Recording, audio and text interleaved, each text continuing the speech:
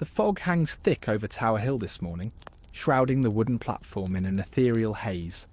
London is awakening, but not to the usual chorus of merchants and street peddlers. Today, the city stirs to a different rhythm, the hollow thud of a scaffold being tested, the scrape of a blade being sharpened, the murmur of anticipation rippling through gathering crowds. It is execution day. You stand among them, pulled by the same morbid curiosity that has drawn thousands. The smell hits you first. Unwashed bodies pressed together, stale ale on morning breath, street filth churned by too many feet. But there's something else in the air too. Excitement. An electric current of anticipation that makes your skin prickle despite the morning chill. Children weave between legs, hawkers sell meat pies and ale, and ladies of quality peer from curtained carriages at the edge of the square. Death, it seems, is London's greatest equaliser and most popular entertainment. A nobleman to your right adjusts his feathered cap and checks a pocket watch. He's due at 9, he tells his companion. They say it's Bartholomew this time. The name sends a visible ripple through those close enough to hear. Bartholomew Sanderson, London's executioner.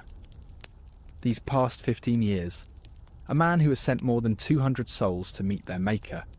They say he can take a head clean off with one stroke, whispers a woman clutching a small child to her skirts. Never misses. Not like that butcher from York. Aye, but he charges extra for it, spits an old man. 3 guineas for a clean death. Highway robbery, if you ask me. Would you rather it take 5 strokes? Asks another. Like poor Lady Salisbury? They say she ran around the scaffold with the axe in her neck, the executioner chasing after her, like a farmer after a chicken. Laughter ripples through the crowd, but it's uneasy, nervous. For all their bravado, each person here knows they stand one accusation, one royal disfavour, one desperate act away from the platform themselves. The bells of a nearby church toll 8 times. The crowd swells, pressing tighter. You're jostled forward, closer to the wooden platform that dominates the square. It stands 3 feet high, freshly scrubbed but still dark with stains no amount of cleaning will remove. At its centre rests a block of oak, worn smooth by the weight of countless necks. A ripple of movement at the tower's gate. The crowd surges forward, necks craning. It's not the prisoner yet, just guards clearing the path.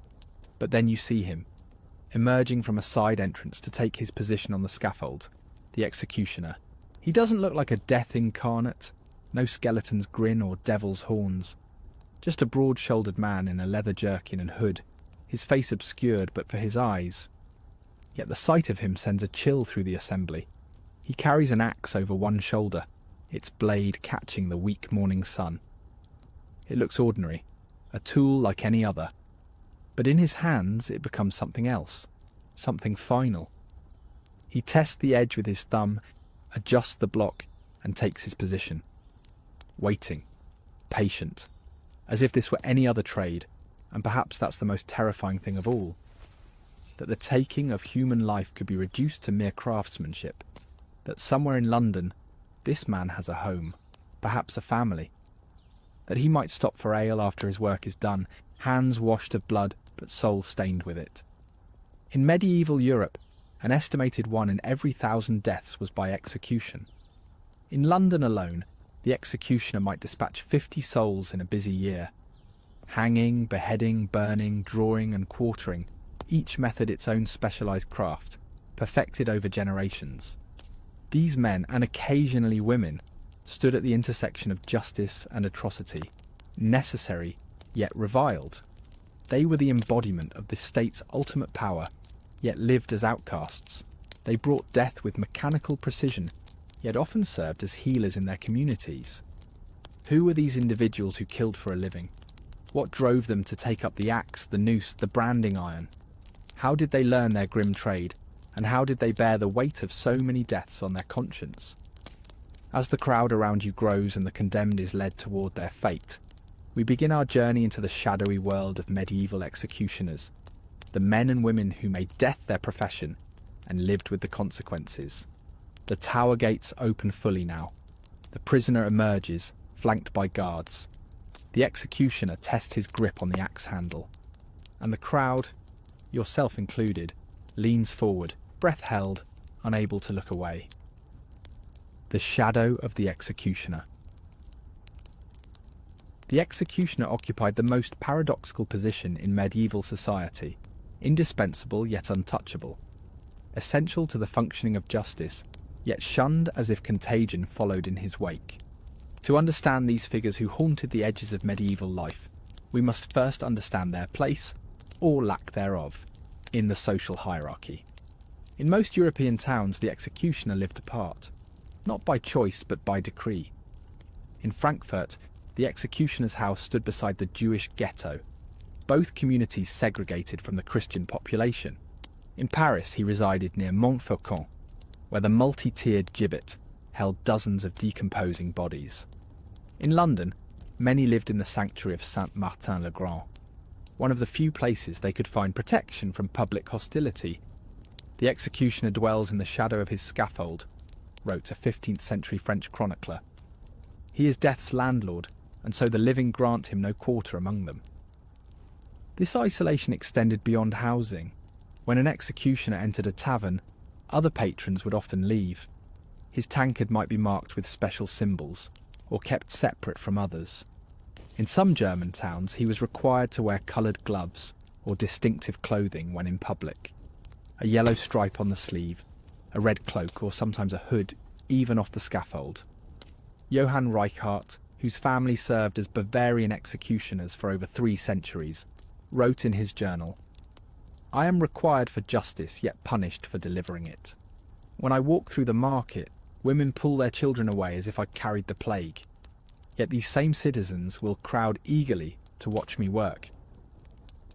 Despite this ostracism, the position carried surprising economic stability. Executioners weren't paid salaries, but rather by the task.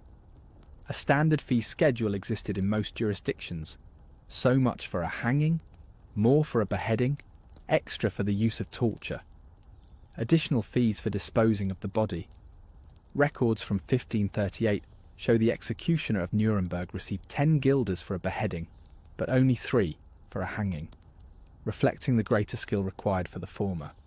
Many executioners supplemented their income through side businesses that capitalized on their unique position. Some sold rope from the gallows as lucky charms. Others dealt in body parts. The hand of a hanged man was believed to have magical properties and might fetch a high price from the superstitious.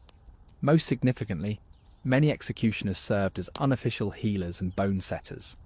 The connection between executioner and healer seems contradictory to modern sensibilities, but it made practical sense in medieval times. Executioners possessed anatomical knowledge few others could claim. They understood how bodies broke and, by extension, how they might be fixed. They had access to corpses for study when physicians often did not. Many executioners developed reputations as skilled healers, particularly for broken bones, dislocations and wounds. Franz Schmidt, executioner of Nuremberg from 1573 to 1617, maintained detailed records of both his executions, 394 over his career, and his healing practice. His diary shows he treated thousands of patients for ailments ranging from broken limbs to falling sickness, epilepsy. His healing practice brought him wealth that his official duties alone could not provide. This medical knowledge created another paradox. People who would cross the street to avoid an executioner might later seek him out for treatment. The executioner of Munich reportedly had noble patients who visited under cover of darkness, unwilling to be seen consulting him, but desperate for his renowned healing skills. The profession's most defining characteristic, however, was its hereditary nature. Executioner dynasties dominated the profession across Europe, with sons following fathers onto the scaffold for generations. This wasn't merely tradition, but practical necessity. Few would voluntarily enter a profession that brought such social isolation, and training required years of apprenticeship. The Sanson family served as executioners of Paris for 6 generations, from 1688 to 1847, collectively dispatching thousands, including King Louis XVI. The Reichsarts of Bavaria maintained their grim trade from 1617 until 1946, when Johann Reichard performed the last executions after the Nuremberg trials. The Pierrepoints of England produced 3 generations of hangmen, ending with Albert Pierrepoint, who executed more than 400 people before his retirement in 1956. These dynasties created closed communities, often intermarrying with other executioner families. When the executioner of Strasbourg needed a wife in 1577, he had to apply to the city council for permission to court the daughter of the executioner from Tübingen. Few respectable families would allow their daughters to marry into the profession. The executioner's home itself occupied a liminal space, neither fully part of the community nor entirely separate from it. Archaeological excavations of executioners' houses in Germany have revealed telling details. Larger wine cellars than typical homes of similar size, suggesting frequent solitary drinking. Unusual quantities of medicine bottles and surgical tools. And in several cases, evidence of small menageries of exotic animals, perhaps companions for the socially isolated. Children of executioner families felt the burden of their father's profession acutely. Records from the 16th century Nuremberg show the executioner's children were forbidden from attending school with others. They were often barred from guilds and trades, leaving them few options beyond following in their father's footsteps. One apprentice executioner from Lille wrote in 1701, "I did not choose this path. It chose me in my cradle. Before I could walk, I was already walking toward the scaffold." The executioner's wife occupied perhaps the most difficult position of all. Expected to assist her husband in his duties, cleaning tools, preparing bodies, sometimes even serving as his assistant, she bore the same social stigma with fewer protections. When the executioner of Dresden fell ill in 1662, his wife performed 3 hangings in his stead, an act that was accepted as necessary, but further isolated her from other women in the community.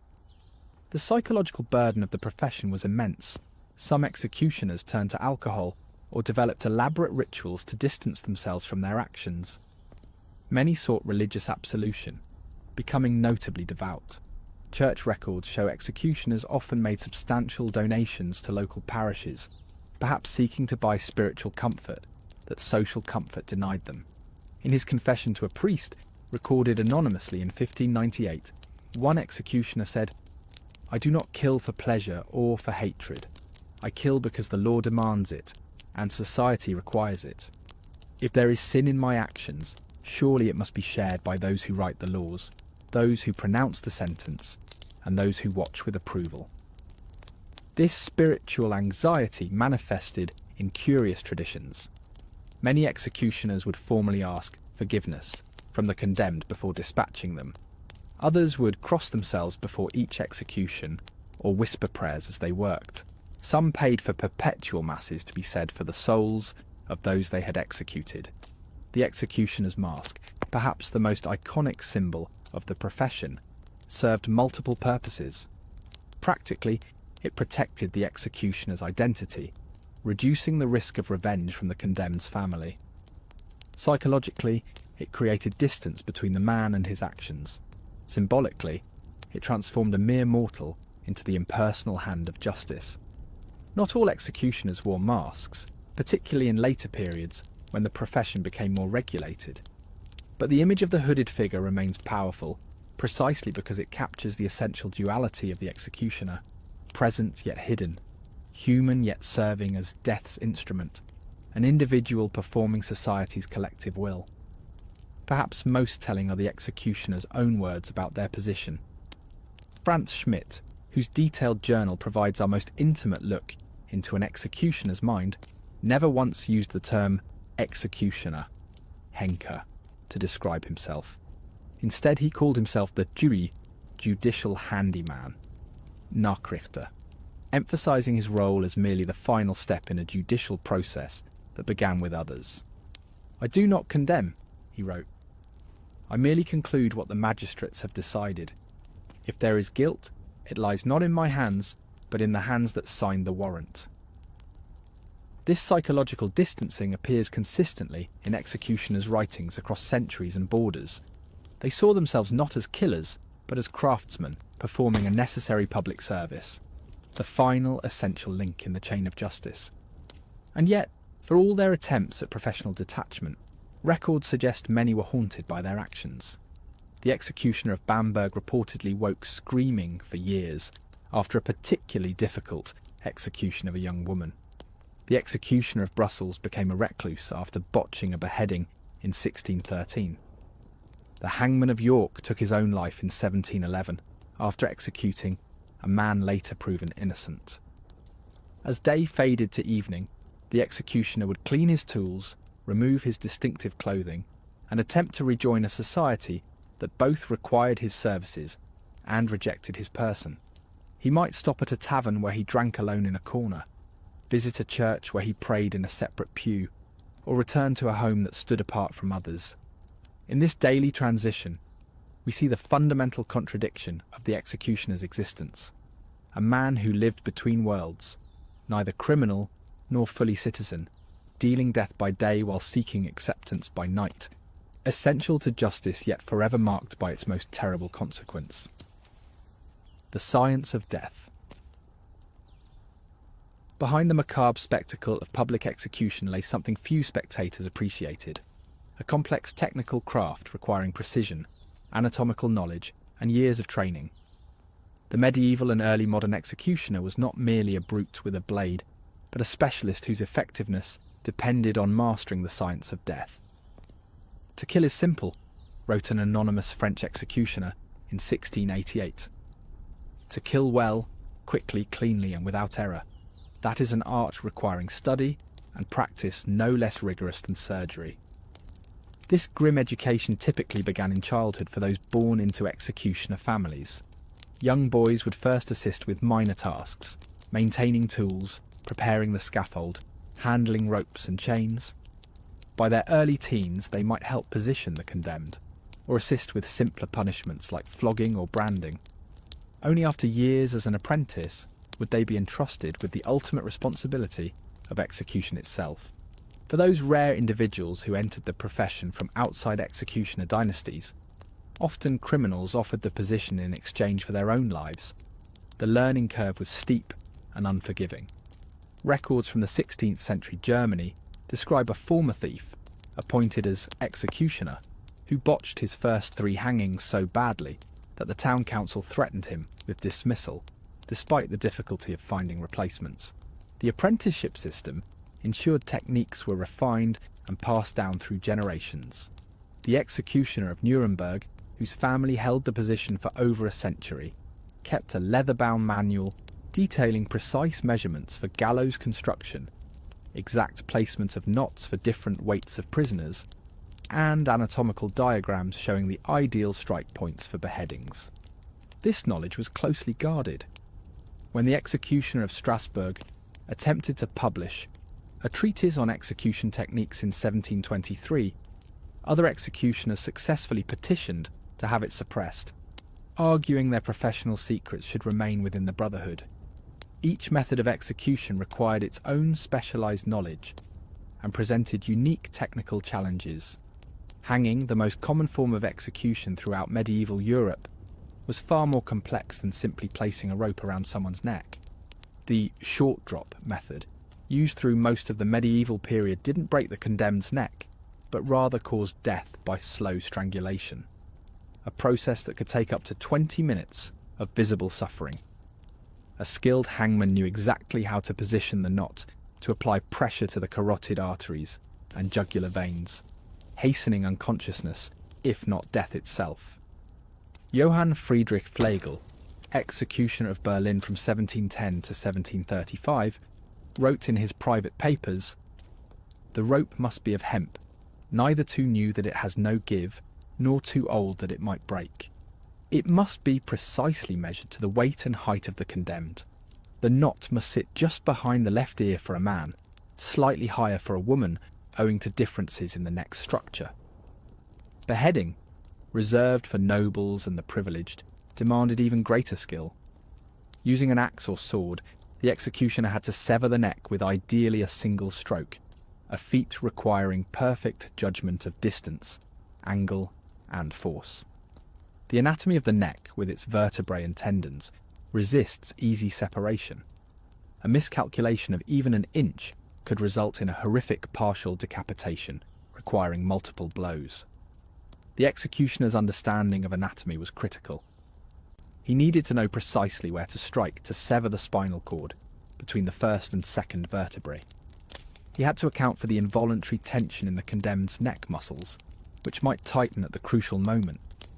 And he needed to factor in the qualities of his tool, the weight and balance of his axe or sword, the sharpness of its edge, even how the moisture in the air might affect the grip on the handle. Before each beheading, I test my axe on a cabbage set upon the block, wrote one German executioner.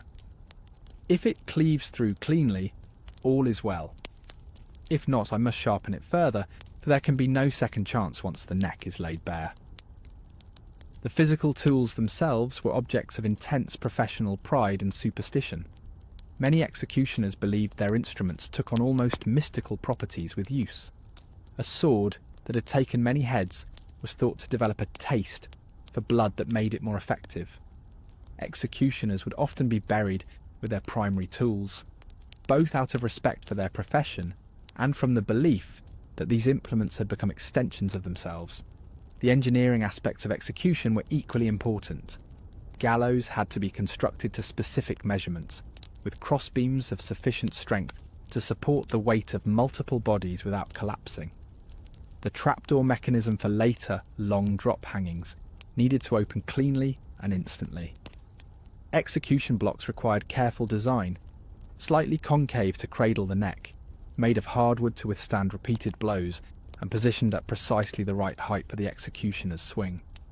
Burning at the stake, though less technically demanding in terms of the executioner's direct action, required careful preparation to ensure death came as quickly as possible. Contrary to popular belief, most executioners sought to minimize suffering, not extend it. They would often secretly strangle the condemned before lighting the pyre, or position the wood to create intense smoke for rapid asphyxiation before flames reached the body.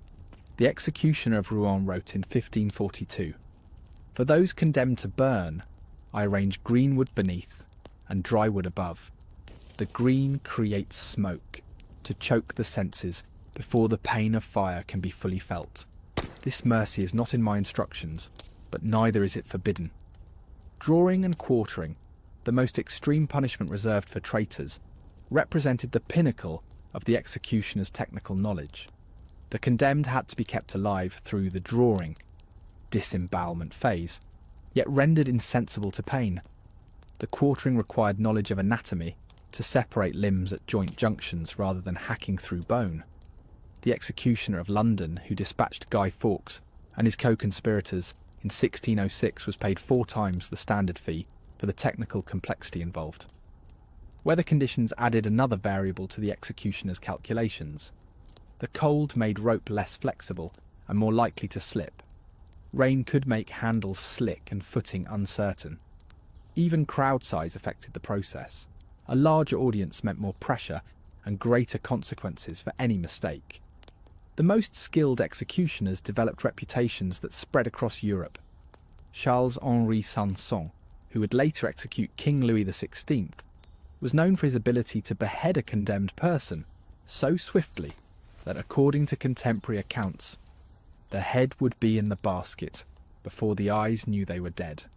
The executioner of Brussels, Jan Hanover, became famous for his technique of hanging that rendered the condemned unconscious almost instantly, sparing them the prolonged agony of strangulation. These technical reputations affected more than professional pride. They could determine whether an execution proceeded smoothly or descended into chaos. The condemned themselves often paid extra for a renowned executioner, hoping to avoid a botched death. When the Earl of Essex faced execution in 1601, he gave the executioner a substantial tip with the instruction, "Strike true, for I have a short neck." The concept of the good death was central to the executioner's professional identity. A clean, quick execution reflected well on both the executioner and the state he represented. A botched execution could trigger riots, damage the authority of the law, and haunt the executioner for the remainder of his career. Franz Schmidt's diary reveals his deep concern with performing clean executions. He meticulously recorded the number of strokes required for each beheading, noting with evident pride when he achieved it in a single blow, and documenting with regret the few occasions when multiple strokes were needed. The executioner's technical knowledge extended beyond the moment of death to the subsequent handling of the body. Heads displayed on spikes were treated with preservatives to slow decomposition. Bodies destined for the anatomical theatre were drained of blood and treated with rudimentary embalming techniques. Even the disposal of remains followed technical protocols. Certain criminals had to be buried at crossroads or with specific orientations. This technical mastery created a strange professional pride among executioners that contrasted sharply with society's view of their work. In their private writings, many executioners described themselves as craftsmen or even artists. They evaluated their performances with the critical eye of professionals, comparing techniques with colleagues during rare gatherings of their brotherhood. The executioner's scientific knowledge sometimes led to innovations in the field of execution itself. Joseph Ignace Guillotin did not invent the device that bears his name. It was designed and refined by Antoine Louis and Tobias Schmidt, no relation to. Franz, the latter being a German harpsichord maker, but executioners across Europe contributed to its development, suggesting refinements based on their practical experience with beheadings. The guillotine represents perhaps the ultimate expression of the executioner's paradoxical pursuit, a device designed to make death as quick and painless as possible, while still serving justice's demand for the ultimate penalty. It mechanized the executioner's craft, replacing the variable human element with mechanical precision. Charles-Henri Sanson, who first used the guillotine during the French Revolution, after years as a traditional executioner, wrote, "The machine combines all I have learned in 30 years of practice. It is swift, certain, and as merciful as death can be. If I must take lives by order of the state, at least now I can ensure they end in an instant." The psychological dimension of the executioner's technical knowledge cannot be overlooked. Many developed rituals and techniques to distance themselves from the humanity of their victims. Some would focus intensely on technical details, the angle of the blade, the tension in the rope, as a way to avoid contemplating the life they were ending. "I do not execute a man," wrote one 17th century German executioner. "I execute a procedure. I think not of who stands before me, but of how the task must be performed. In this way, I remain sane." This compartmentalization represents its own kind of psychological technology, a mental technique as carefully developed as any physical skill. Executioners who failed to maintain this professional distance often broke under the strain. Records mention numerous cases of executioners who took their own lives, became alcoholics, or suffered what we would now recognize as post-traumatic stress disorder. The executioner's technical knowledge extended to torture as well as execution. Indeed, torture required even greater expertise, as the goal was to inflict maximum pain while keeping the victim alive and conscious.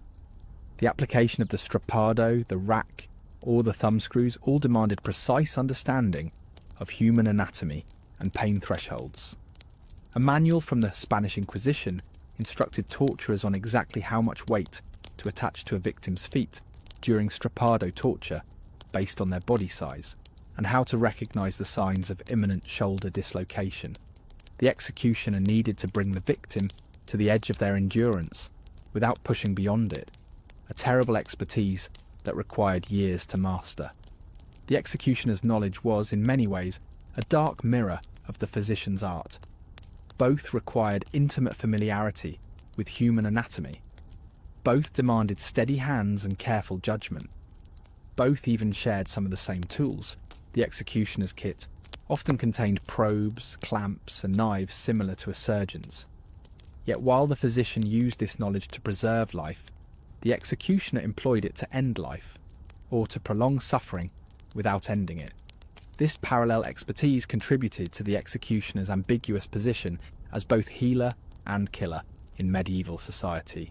As execution methods evolved over centuries, so too did the technical demands on the executioner. The introduction of the long drop hanging method in the 19th century required complex mathematical calculations based on the condemned's weight, height, and physical condition to determine the precise length of rope needed for a clean, instantaneous breaking of the neck. These calculations, what became known as the drop table, represent perhaps the most clinical application of science to the art of execution. Too short a drop meant slow strangulation. Too long risked complete decapitation. The executioner needed to become part mathematician, part physicist, to ensure the ideal outcome. The executioner's scientific approach to death reveals a profound contradiction at the heart of state-sanctioned killing. On one hand, the development of more humane methods reflects a growing concern with minimising suffering. On the other, this very humanisation required an ever more clinical, detached approach to taking human life. In this paradox lies perhaps the most disturbing aspect of the executioner's craft: the application of human ingenuity, technical skill, and scientific knowledge not to advance life, but to end it more efficiently. The executioner stood at this uncomfortable intersection of progress and punishment, using the fruits of human advancement to serve humanity's oldest penalty. As we move from the technical aspects of execution to the individuals who performed them, remember that behind each clinical description of method and technique stood a person who had mastered this dark science, often at great personal cost. These were not merely technicians of death, but complex individuals shaped by their terrible expertise, carrying the weight of their knowledge through lives spent in society's shadows. The most infamous executioners. History remembers kings, conquerors, and saints, but it also preserves the names of certain men whose fame came from a darker art. These were the master executioners whose reputations transcended their reviled profession, whose names were whispered in fear or spoken with a strange respect. Their journals, letters, and the accounts of their contemporaries provide us with haunting glimpses into the minds of those who were killed by command. Perhaps no executioner left a more detailed record of his life and work than Franz Schmidt of Nuremberg, whose meticulous diary, spanning the years 1573 to 1617 documents each of his 394 executions with the precision of a bookkeeper. Schmidt, unlike many in his profession, could write, and his literacy allows us a rare window into the executioner's mind. Today, October 5th, 1580, he wrote in one entry, "I beheaded Georg Preuss of Nuremberg for murder and robbery. The stroke was clean. His soul, I pray, finds more mercy than he showed his victims." Schmidt's diary reveals a man of contradictions. He recorded his executions with clinical detachment, noting method, crime, and sometimes technical details of the procedure. Yet between these grim entries, he wrote about his garden, his children's health, and his concerns for his soul. He attended church regularly and expressed genuine religious conviction, seemingly finding no contradiction between his faith and his profession. Most revealing are Schmidt's notations about his healing practice. On the same pages where he recorded beheadings and hangings, he listed patients treated for broken bones, wounds, and diseases. In 1 week in 1593, he executed 3 men and treated 17 patients, including the daughter of a local magistrate, the same magistrate who had sentenced one of the executed men. Unlike many executioners, Schmidt eventually achieved a measure of social rehabilitation. After decades of service, he successfully petitioned Emperor Rudolf II to restore his honour and family name, allowing his children to enter respectable professions. His son became a physician, transforming the anatomical knowledge gained through a family heritage of execution into a socially accepted healing practice. Schmidt's contemporary in England, Richard Brandon, achieved notoriety of a different kind. As the London executioner from 1639 to 1649, Brandon was responsible for the most politically charged execution in English history. the beheading of King Charles I on January 30th, 1649. Brandon was initially reluctant to execute the king, according to contemporary accounts. He had to be threatened with death himself before agreeing to perform the task. The execution was carried out with the executioner and his assistant both wearing masks and false beards to conceal their identities. Such was the fear of retribution. In a pamphlet published shortly after Brandon's death in 1649, The Confession of Richard Brandon, he allegedly admitted to being the king's executioner and claimed to have been paid £30 and given all the king's clothing as his fee. The pamphlet, likely fictional but widely believed at the time, described Brandon as haunted by his actions. Since he beheaded his late majesty, he was never quiet in his mind, never could sleep quietly in his bed, but still ran crying that he saw the king following him with his bloody head. When he lay upon his deathbed, he was in great torment and confessed it was for beheading his majesty. Whether Brandon actually suffered such torments remains unknown, but his name became synonymous with regicide in popular imagination. When he died, his funeral procession was attacked by an angry mob, and he had to be buried under cover of darkness, a final indignity for a man whose life had been defined by inflicting final indignities on others. While Schmidt and Brandon achieved notoriety for specific executions, Jack Ketch became infamous for his incompetence. As London's executioner from 1663 to 1686, Ketch was responsible for some of the most horrifically botched executions in English history. His execution of Lord Russell in 1683 required 3 strokes of the axe, with Russell reportedly rising to reproach him between the second and third blows. Even more notorious was his execution of the Duke of Monmouth, illegitimate son of King Charles II, following Monmouth's failed rebellion against James II in 1685. The diarist John Evelyn recorded the ghastly scene.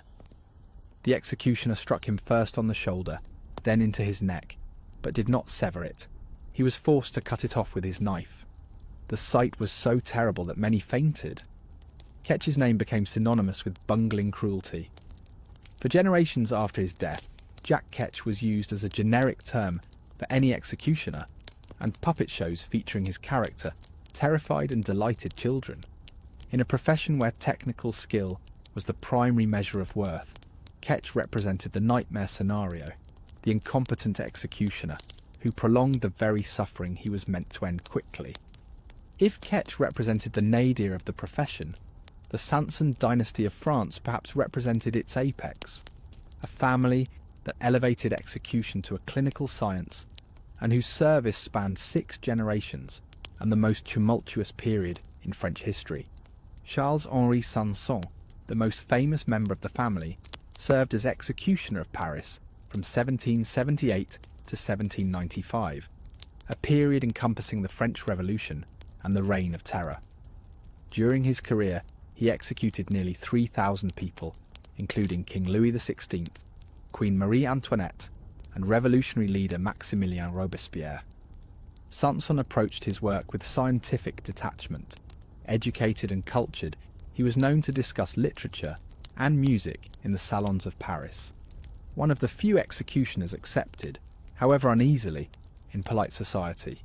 He corresponded with anatomists about the most humane methods of execution, and was instrumental in the adoption of the guillotine as France's standard method of capital punishment. His memoirs describe his execution of Louis XVI with professional pride rather than political passion. The king mounted the scaffold with dignity and composure. When I would have bound his hands, he resisted slightly, but upon a word from his confessor, submitted. He asked if the drums would continue beating. I told him I did not know. It was the truth. He then looked firmly at the blade and placed himself beneath it without assistance.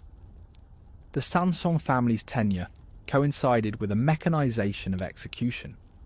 Where previous generations had relied on physical skill with an axe or sword, Charles-Henri and his son Henri embraced the guillotine's cold efficiency.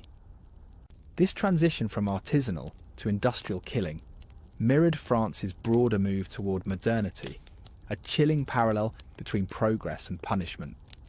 The Sanson dynasty finally ended in 1847 when Henri's son Clément Henri, lacking his forebear's stomach for the work, resigned the position. The family had served as France's official executioners for 159 years, a bloody legacy that spanned monarchy, revolution, empire and republic. Across the Alps in the Papal States, Giovanni Battista Bugatti, better known as Mastro Titta, Master Titta, built a different kind of legacy. As the executioner of the Papal States from 1796 to 1864, Bugatti served under 7 popes and performed 516 executions, a record he kept with the same precision as Franz Schmidt 2 centuries earlier. Bugatti's longevity, he remained in office until age 85, made him a living landmark in Rome. On execution days, he would cross the Tiber River from his home in Trastevere, wearing a red coat and carrying his tools in a specially made box. This journey became so well known that Romans coined the phrase Mastro Titta is crossing the river, as a euphemism for an impending execution. Unlike many of his contemporaries, Bugatti seemed to harbour no ambivalence about his role. In a rare interview given late in life, he described his career with pride. "I have served justice faithfully and well. When God calls me to account, I will say I did my duty as ordered, no more and no less." This untroubled conscience contrasts sharply with the torment reported by some other executioners. Whether Bugatti's serenity stemmed from genuine moral certainty or psychological compartmentalization remains a matter of speculation. But his calm acceptance of his role made him, in some ways, more unsettling than his more visibly troubled colleagues. Germany's most notorious executioner of the early modern period was Franz Schmidt, not to be confused with Franz Schmidt of Nuremberg, though they were contemporaries. Based in Bamberg during the height of the witch trials, Schmidt was responsible for the execution of hundreds of alleged witches between 1578 and 1618. Schmidt's journal reveals the intersection of execution and the supernatural in early modern consciousness. He recorded not just the methods of execution, but often the confessions extracted under torture, cataloguing elaborate accounts of satanic pacts and midnight sabbats. His matter-of-fact documentation of these fantastical claims suggests either credulity or a bureaucratic detachment from the truth value of the confessions he helped extract. What makes Schmidt particularly significant is his dual role as both torturer and executioner. In witch trials, the extraction of confession was considered essential for both legal and spiritual reasons. Schmidt developed techniques to inflict maximum pain while leaving minimal visible damage, a terrible expertise that made him sought after by witch-hunting authorities throughout the region. In one chilling entry from 1590, he wrote, "Applied the thumbscrews to Margareta Kunzel until she confessed to Congress with the devil in the form of a goat. She recanted upon removal of the screws, but confessed again when shown the strappado. Burned her at the stake on March 4th. The fire was clean and quick." This clinical documentation of torture reveals the bureaucratization of cruelty in the early modern period, a system in which Schmidt was both implementer and record keeper. His legacy reminds us that executioners were not merely agents of justice, but often instruments of persecution. Their technical skills deployed in service of religious and political hysteria. While male executioners dominate historical records, there were notable female executioners as well. Elizabeth Gaunt served as an unofficial assistant to her executioner husband in London during the late 16th century. When he fell ill, she performed several hangings herself, causing a minor scandal that was quickly hushed by authorities who needed the executions carried out regardless of who pulled the lever. More officially recognised was Maria Colin of Austria, who in 1767 became the first woman formally appointed as an executioner. After her husband's death, she successfully petitioned Emperor Joseph II to allow her to continue the family profession, arguing that she had assisted in executions for years and knew the techniques as well as any man. The emperor, known for his progressive reforms, granted her request. Colin served for 7 years, performing both hangings and beheadings. Contemporary accounts suggest she was particularly skilled with the sword, achieving clean decapitations that male colleagues sometimes failed to accomplish. Her gender made her a curiosity, but her technical proficiency earned her reluctant professional respect. In Russia, the most feared executioner of the 18th century was not an individual, but a team, the Preobrazhensky Guards, who served as both Tsar Peter the Great's elite military unit and his personal execution squad. Unlike Western European executioners, who operated within judicial systems with at least the pretense of independence, the Preobrazhensky Guards executed directly on the Tsar's command, often without trial. Their leader Ivan Borscht became known as Peter's Shadow for his unfailing implementation of the Tsar's often impulsive death sentences.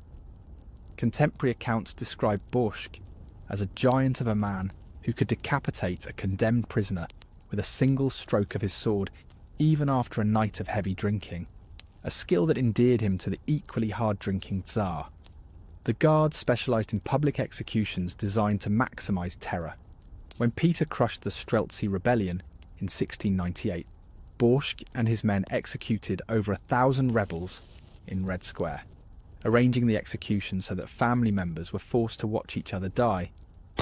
The bodies were left displayed through the Moscow winter, removed only when spring thaw made the decomposition unbearable. Borscht's willingness to implement such spectacles without question made him valuable to Peter, but feared even among the court. When Borscht himself eventually fell from favour, no one would agree to execute him. Such was the terror he had inspired. Peter was forced to commute his sentence to exile, an ironic mercy for a man who had shown none. The English colonies in America developed their own execution traditions, often adapting European practices to frontier conditions. Samuel Sewall of Massachusetts became notorious not as a professional executioner, but as a hanging judge during the Salem witch trials of 1692–93. Though he did not personally perform executions, his name became synonymous with the judicial killings he ordered. Sewall later underwent a remarkable transformation, publicly repenting his role in the trials. In 1697, he stood in church as his confession was read. Samuel Sewall, sensible of the reiterated strokes of God upon himself and family, desires to take the blame and shame of it, asking pardon of men, and especially desiring prayers that God would pardon that sin.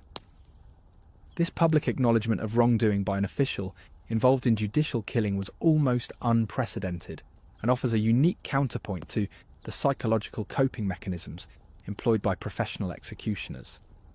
While they developed techniques to distance themselves from moral responsibility, Sewall ultimately embraced his culpability, though only after 19 innocent people had been executed. As the modern era approached, the nature of the executioner began to change. The anonymous, masked figure gave way to public personalities whose names and faces were well known. No one better exemplifies this transition than James Berry, who served as England's principal executioner from 1884 to 1892. Berry approached his role with the professional pride of a craftsman. He refined the long drop method of hanging, developing precise mathematical tables, correlating a prisoner's weight and physique with the optimal drop length. His innovations made hanging more consistently quick and humane, transforming a sometimes gruesome spectacle into a clinical procedure. Unlike earlier executioners who guarded their techniques as trade secrets, Berry published articles on the science of execution and gave public lectures after his retirement. He saw himself as a reformer, writing, "It is my ambition to make execution by hanging as painless and dignified as such a thing can be. Death, even as punishment, need not be torture." This self-perception as a humanitarian innovator, rather than a simple dealer of death, marks a significant evolution in the executioner's professional identity. Berry represented a new type of executioner, one who saw himself as part of a progressive movement to make punishment more civilized, a paradoxical mission that continues to shape debates about capital punishment today. The most prolific executioner in recorded history was likely Vasily Blokhin, chief executioner of the Soviet NKVD under Stalin. Though outside our medieval focus, Blokin represents the logical endpoint of the executioner's evolution, the transformation from artisan to industrialized killer. During the Katyn massacre of 1940, Blokin personally executed an estimated 7,000 Polish prisoners over 28 nights, working from 7 p.m. to 5 a.m., using a German Walther pistol to avoid Soviet weapon jams. Blokin's methodical approach, he wore a leather butcher's apron and cap to protect himself from blood spray, shows the executioner's craft stripped of all pretense of justice or ceremony. He reduced execution to its mechanical essence, the efficient termination of human life on an industrial scale. In this he represents both the culmination and the perversion of the executioner's historical development. What connects these disparate figures across centuries and cultures is their willingness to occupy a role that placed them at the margins of human society. Whether they approached their work with torment like Brandon, clinical detachment like Sanson, pride like Bugatti, or mechanical efficiency like Blokin, each accepted the burden of being death's designated agent. Their diaries, letters, and memoirs reveal individuals struggling with the psychological weight of their profession in different ways. Some sought redemption through religion, others through perfecting their craft to minimize suffering. Some embraced their outcast status, while others fought for social acceptance. Some drank heavily to forget their deeds, while others recorded them with bureaucratic precision. What emerges from these accounts is not a monolithic figure of the executioner, but a spectrum of human responses to an inhuman task. These were men, and occasionally women, who lived at the intersection of justice and atrocity, power and subjugation, necessity and abhorrence. Their lives and writings offer a dark mirror to the societies that both required their services and reviled them for providing them. As we examine the psychological toll their profession took, remember that behind each infamous name stood a person who woke each morning knowing that before day's end they would take a human life, and do so not in the heat of battle or passion, but with calculated precision at a scheduled hour. It was this premeditated quality that set the executioner apart and generated both fascination and fear in the public imagination. Psychological toll and public fear. Last night I dreamed of all their faces, not as they were at the end, eyes bulging, tongues protruding, but as they might have been in life. They sat at my table, 217 of them, and asked why I had killed them. I tried to explain I was merely the instrument, not the hand that signed their death warrants. They did not seem to accept this distinction. This haunting passage from the private diary of Henri Sanson, dated 1795 after the height of the terror, offers a rare glimpse into the psychological burden carried by those whose profession was death. While executioners rarely spoke publicly about their inner turmoil, their private writings reveal the heavy toll their work took on their mental well-being. The psychological coping mechanisms employed by executioners varied widely, but certain patterns emerge across centuries and cultures. Alcohol consumption features prominently in historical accounts. The executioner of Dresden reportedly consumed a bottle of brandy before each execution and another after.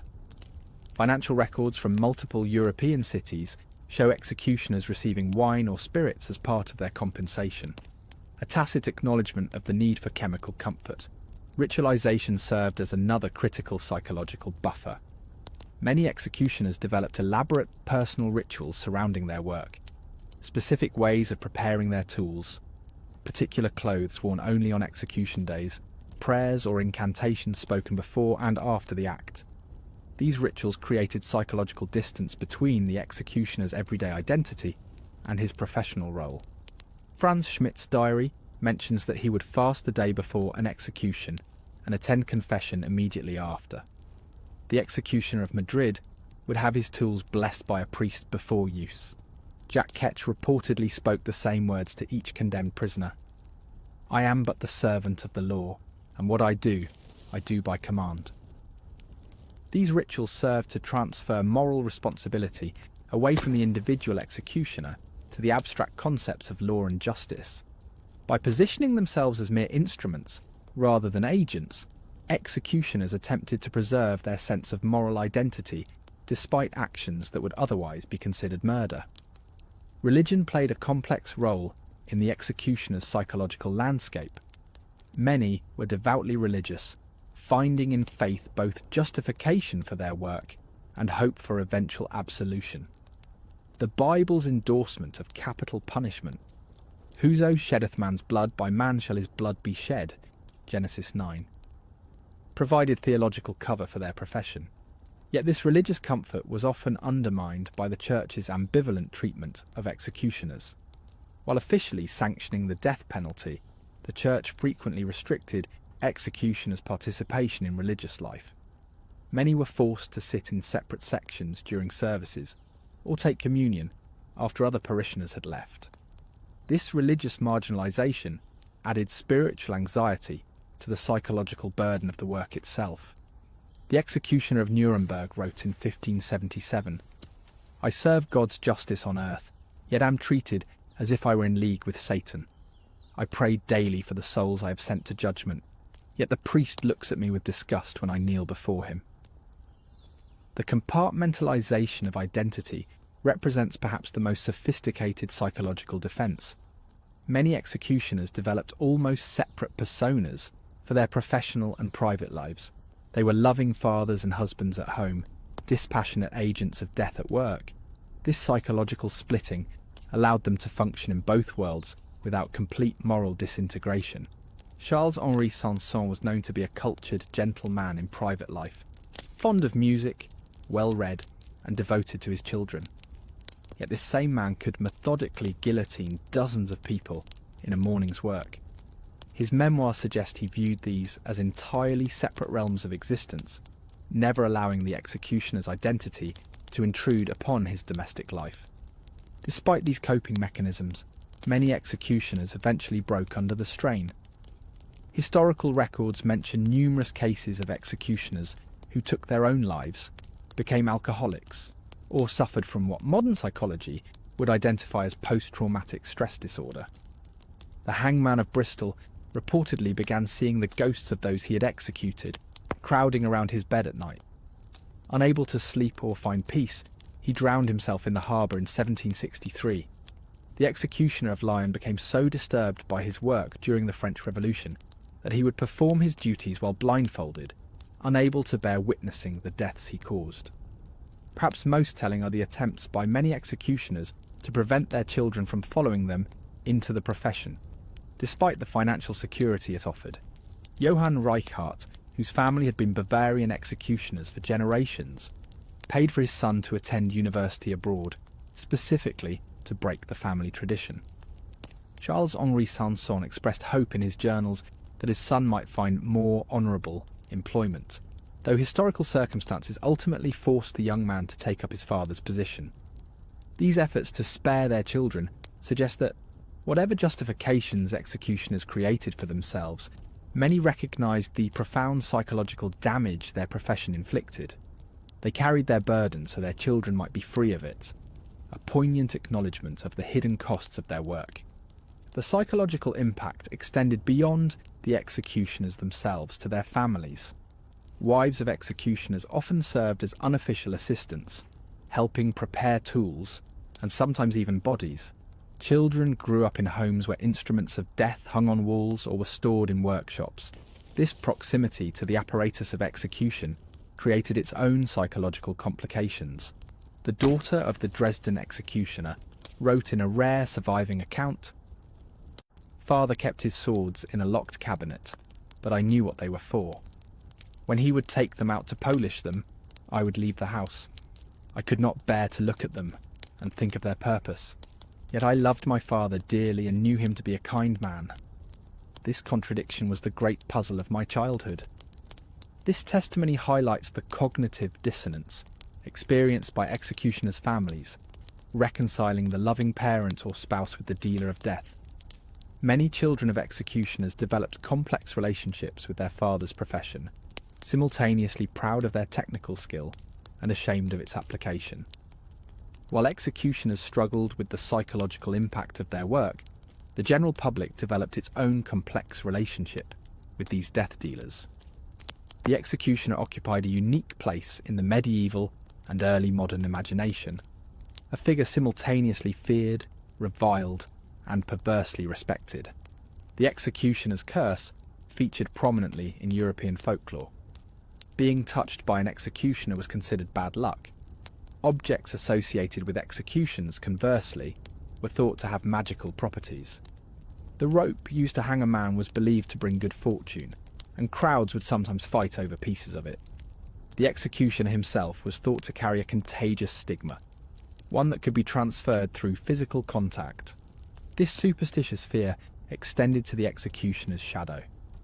In parts of Germany, it was considered ill fortune if the executioner's shadow fell across you. Pregnant women were especially warned to avoid any contact with executioners, lest their unborn children be marked or cursed. Yet alongside this fear ran a contradictory current of belief in the executioner's healing powers. The executioner's touch was thought to cure certain ailments, particularly those affecting the neck and spine. This belief stemmed from the executioner's intimate knowledge of anatomy and the lingering pre-scientific notion that those who could take life held special power over it. The executioner of Strasbourg maintained a thriving side business selling executioner's salve, an ointment allegedly made with fat from human corpses that was believed to heal wounds and reduce inflammation. Court records show that even nobility would secretly purchase these preparations while publicly shunning their creator. This paradoxical status, both cursed and blessed, polluted and powerful, reflected broader societal ambivalence about execution itself. The public simultaneously demanded the punishment of criminals and felt uneasy about the mechanisms of that punishment. The executioner embodied this contradiction, bearing the psychological projection of collective discomfort with sanctioned violence.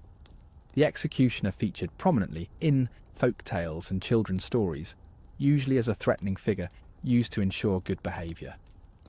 "Be good, or the executioner will come for you," was a common warning to misbehaving children across Europe. The hooded figure with axe or noose became a boogeyman, a personification of consequences for transgression. These stories served a dual purpose. They instilled fear of authority in children, while also reinforcing the executioner's outcast status. By positioning the executioner as a monster rather than a man, society could maintain the fiction that the violence of execution existed outside the bounds of normal human behaviour, despite being sanctioned by that same society. The psychological impact on the condemned of facing their designated killer added another dimension to the executioner's mystique. Historical accounts describe condemned prisoners alternately begging the executioner for a quick death, attempting to bribe him for the same, or cursing him as the embodiment of their fate. Some executioners developed reputations for speaking kindly to the condemned in their final moments, a small mercy in an otherwise merciless process. Charles-Henri Sanson was known to whisper courage to those he was about to behead. The executioner of Venice would ask forgiveness from the condemned before delivering the fatal stroke. These interactions, the last human exchange the condemned would ever have, took a cumulative toll on many executioners. Heinrich Schmidt wrote, "Their final words stay with me. Some curse, some pray, some speak of wives and children they leave behind.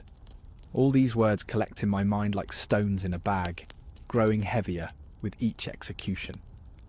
Modern psychological analysis of historical executioners suggests many likely suffered from what we would now recognise as moral injury, the distress that results from actions that violate one's ethical code, even when those actions are sanctioned or ordered by authority. The executioner occupied a unique position in this regard, performing acts that violated the fundamental taboo against killing, while simultaneously being required to do so by the state. Dr. Elizabeth Kubler-Ross, pioneering researcher on death and dying, once speculated about the psychological profile of executioners. They must create a separation between their humanity and their function. This splitting of the self is profoundly damaging to psychological integration, and likely leads to various manifestations of trauma, even if these remain largely unrecognised in historical contexts.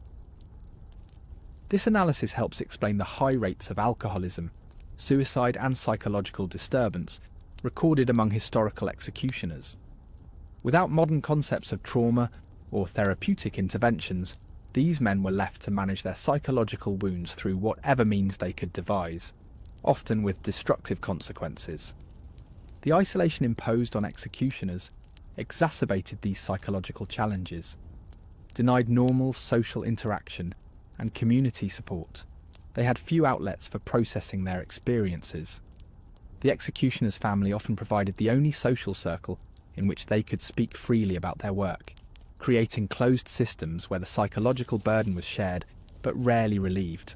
In some regions, executioners formed their own guilds or brotherhoods, rare opportunities to meet with others who understood their unique position. These gatherings, often held in conjunction with major fairs or markets, allowed executioners to share techniques, but also, perhaps, to find psychological comfort among peers.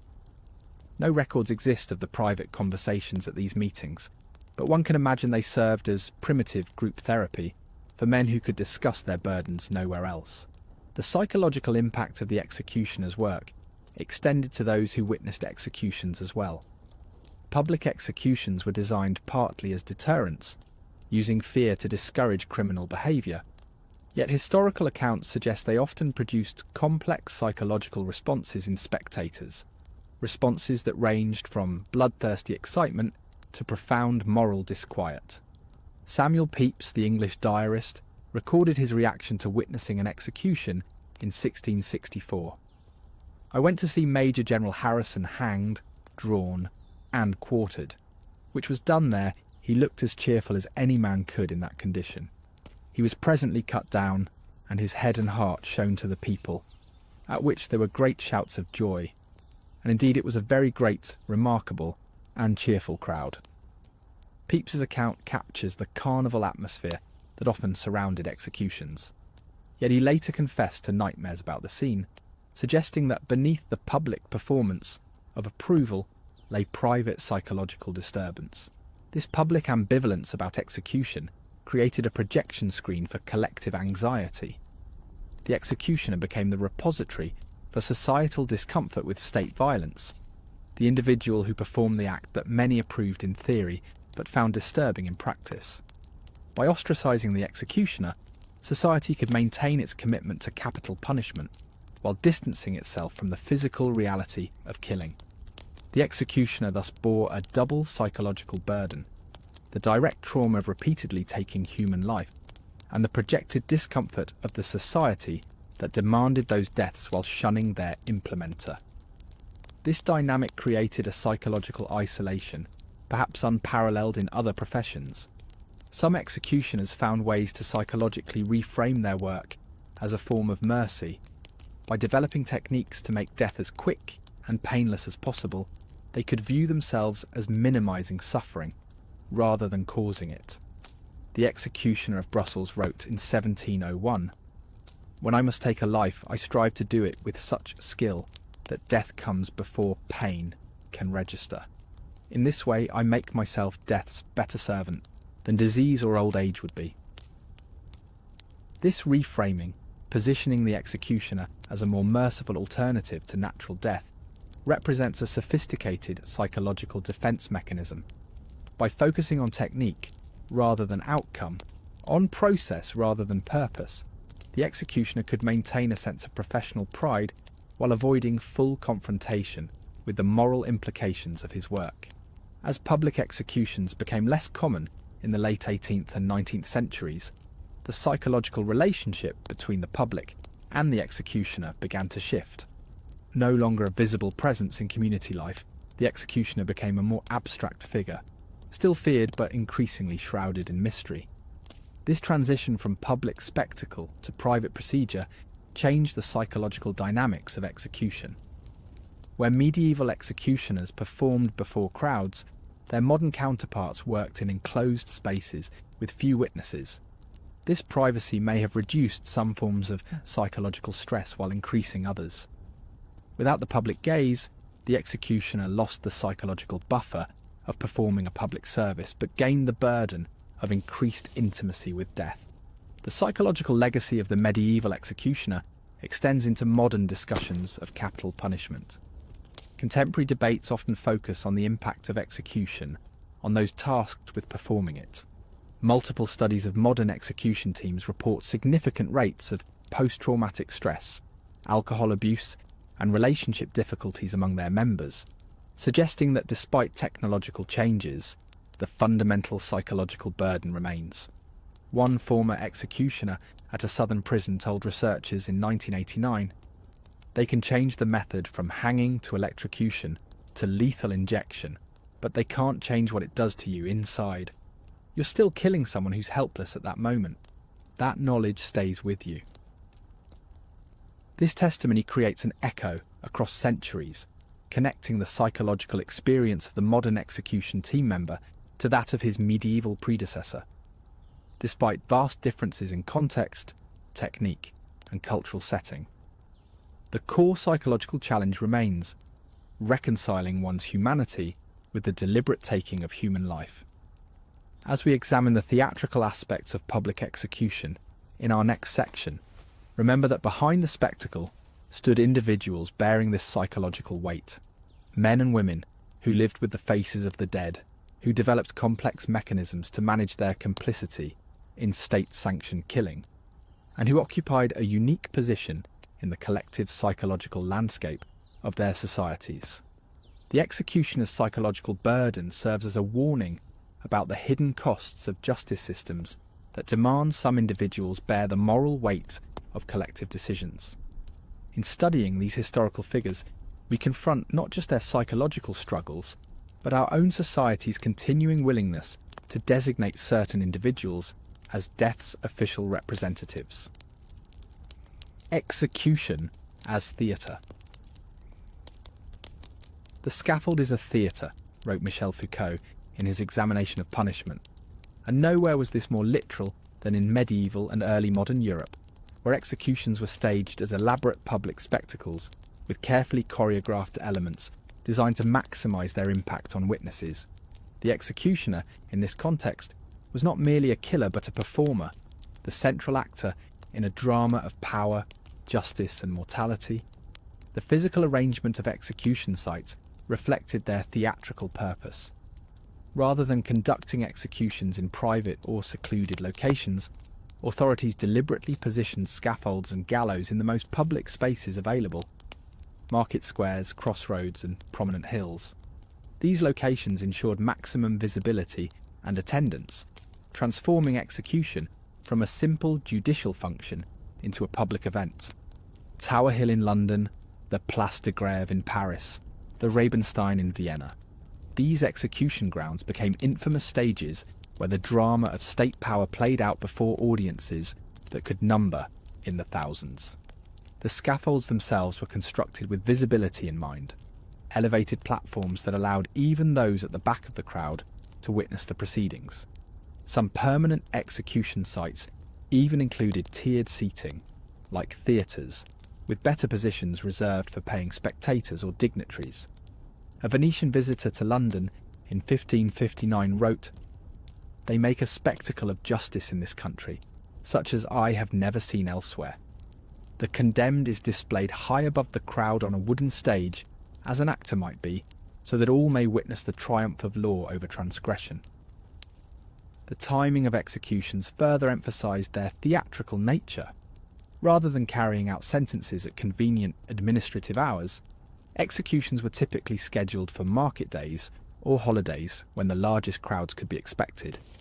In many cities, executions became regular features of the civic calendar, anticipated events that drew spectators from surrounding villages and created economic opportunities for vendors selling food, drink and sometimes commemorative souvenirs.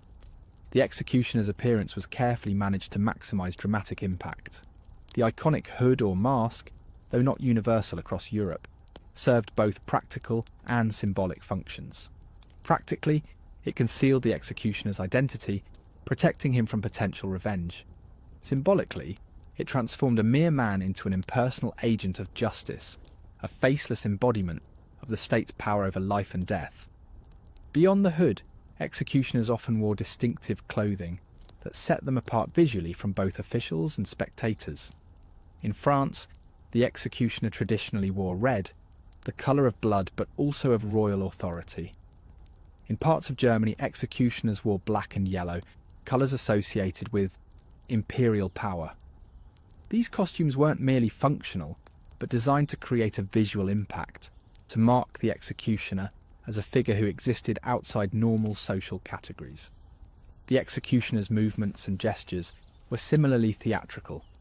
Many developed signature flourishes with their instruments, a particular way of displaying the axe to the crowd, a formal bow to officials before beginning their work, a specific method of positioning the condemned.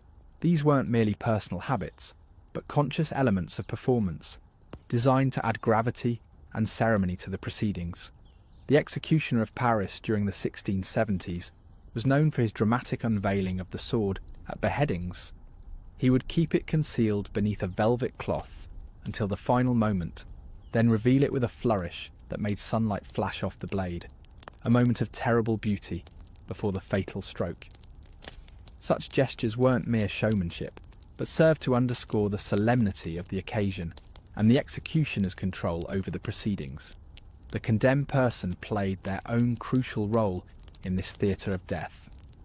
They were expected to follow a script as surely as the executioner, with specific behaviours considered appropriate for those about to die.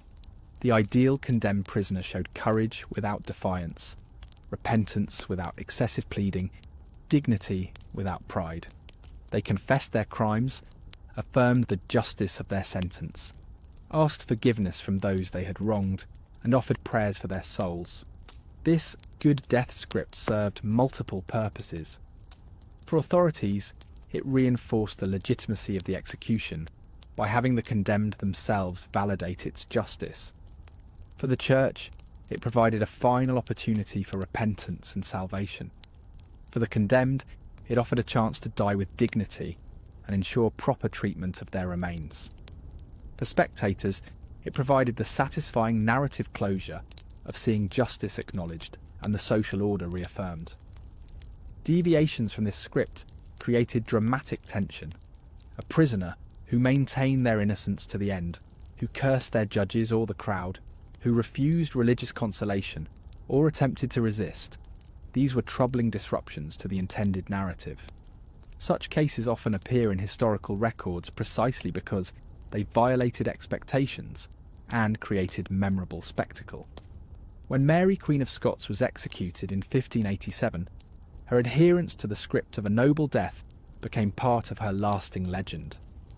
She forgave her executioners, affirmed her Catholic faith without directly challenging the Protestant authorities, and revealed a red petticoat, the colour of Catholic martyrdom, as her black dress was removed. This carefully planned performance transformed a political execution into a religious tableau that would inspire her supporters for generations. By contrast, when the rebel leader Wat Tyler was killed in 1381, his ignoble death, struck down unexpectedly rather than formally executed, was deliberately reframed in official accounts to fit the proper narrative of justice served. The messy reality was reshaped into political theatre, even after the fact, demonstrating how important the proper execution script was to maintaining authority. The executioner bore significant responsibility for maintaining this script. If the condemned faltered, becoming too fearful to mount the scaffold, too weak to stand, or too defiant to follow protocol, the executioner often stepped in to manage the situation. Historical accounts mention executioners physically supporting trembling prisoners, quieting those who spoke too freely, or hastening the end for those who suffered excessively. This stage management ensured the execution proceeded according to plan, delivering its intended message to witnesses. The audience itself was an active participant in this theatre. Far from passive spectators, execution crowds responded vocally to the unfolding drama, cheering, jeering, sometimes intervening if they felt justice was being improperly served. Their presence was essential to the purpose of public execution, which was not merely to punish the individual criminal, but to demonstrate the consequences of crime to the wider community. Crowd behaviour at executions followed its own theatrical conventions. Spectators might show approval for a well-performed execution with applause, as they would for any skilled performance. They expressed collective judgment through their reactions, sympathy for a repentant criminal who died well, scorn for one who showed cowardice, anger at an executioner who botched his task. These responses weren't incidental, but integral to the social function of the execution. A French judicial official wrote in 1721, "The crowd at an execution serves as a chorus, might in the ancient Greek tragedies, expressing the moral judgment of the community and drawing lessons from the spectacle before them. Their presence completes the circle of justice."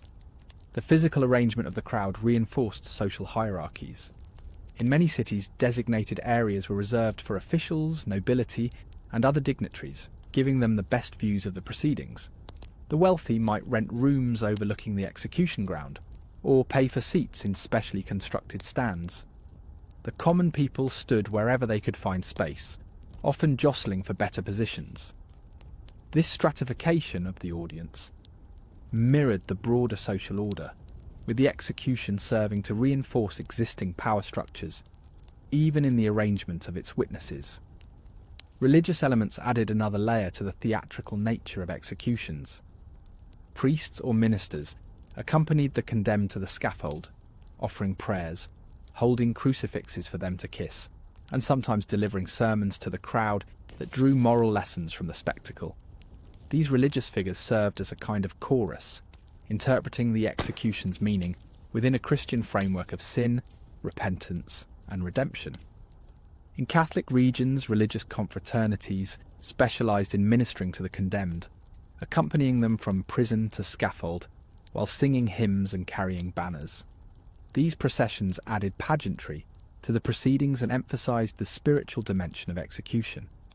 The Brotherhood of Good Death in Florence, for instance, wore distinctive hooded robes and carried a large crucifix before the condemned, creating a solemn religious procession that transformed a judicial punishment into something resembling a sacred ritual. The executioner's interaction with these religious elements varied by region and period. In some places, executioners were expected to request forgiveness from the condemned before carrying out the sentence, a ritualised exchange that acknowledged the moral complexity of their role. In others, they might make the sign of the cross before delivering the fatal stroke, or recite a brief prayer. These gestures integrated the violence of execution into a religious framework that helped justify it to witnesses. The theatrical elements of execution reached their peak during the execution of notable criminals or political figures.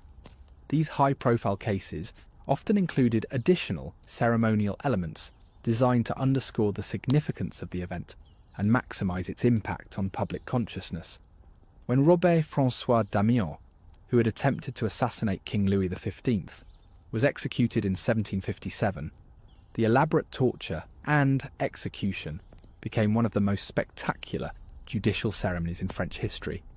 Before an enormous crowd, Damiens was subjected to burning with sulphur, drawing and quartering by horses, and finally burning of his remains.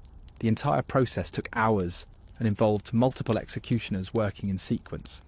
This extraordinary spectacle was designed not merely to punish Damiens, but to dramatically reaffirm royal authority after it had been literally attacked. The executioner Charles-Henri Sanson, who participated in this execution as a young assistant to his father, later wrote, "It was not merely an execution, but a restoration of the king's sacred body through the destruction of the body that had dared assault it. Each element of the punishment corresponded to an aspect of the crime, creating a symmetry of transgression and retribution that the crowd was meant to witness and understand." This symbolic dimension of execution was particularly evident in cases of treason, where the body of the condemned became a text upon which the power of the state was inscribed. The traditional punishment for high treason in England, hanging, drawing and quartering, transformed the traitor's body into a dramatic demonstration of the consequences of challenging authority. the quartered remains would be displayed at key locations throughout the kingdom, turning the executed body into a continuing theatrical display long after the execution itself had concluded. Class distinctions were prominently displayed in the execution theatre.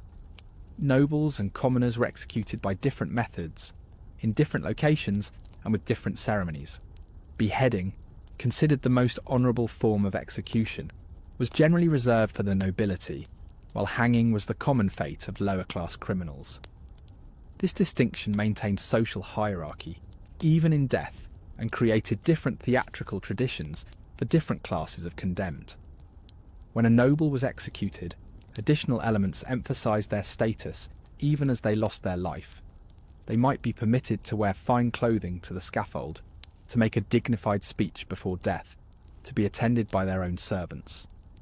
The executioner would treat them with greater ceremony, sometimes even bowing to them before carrying out the sentence.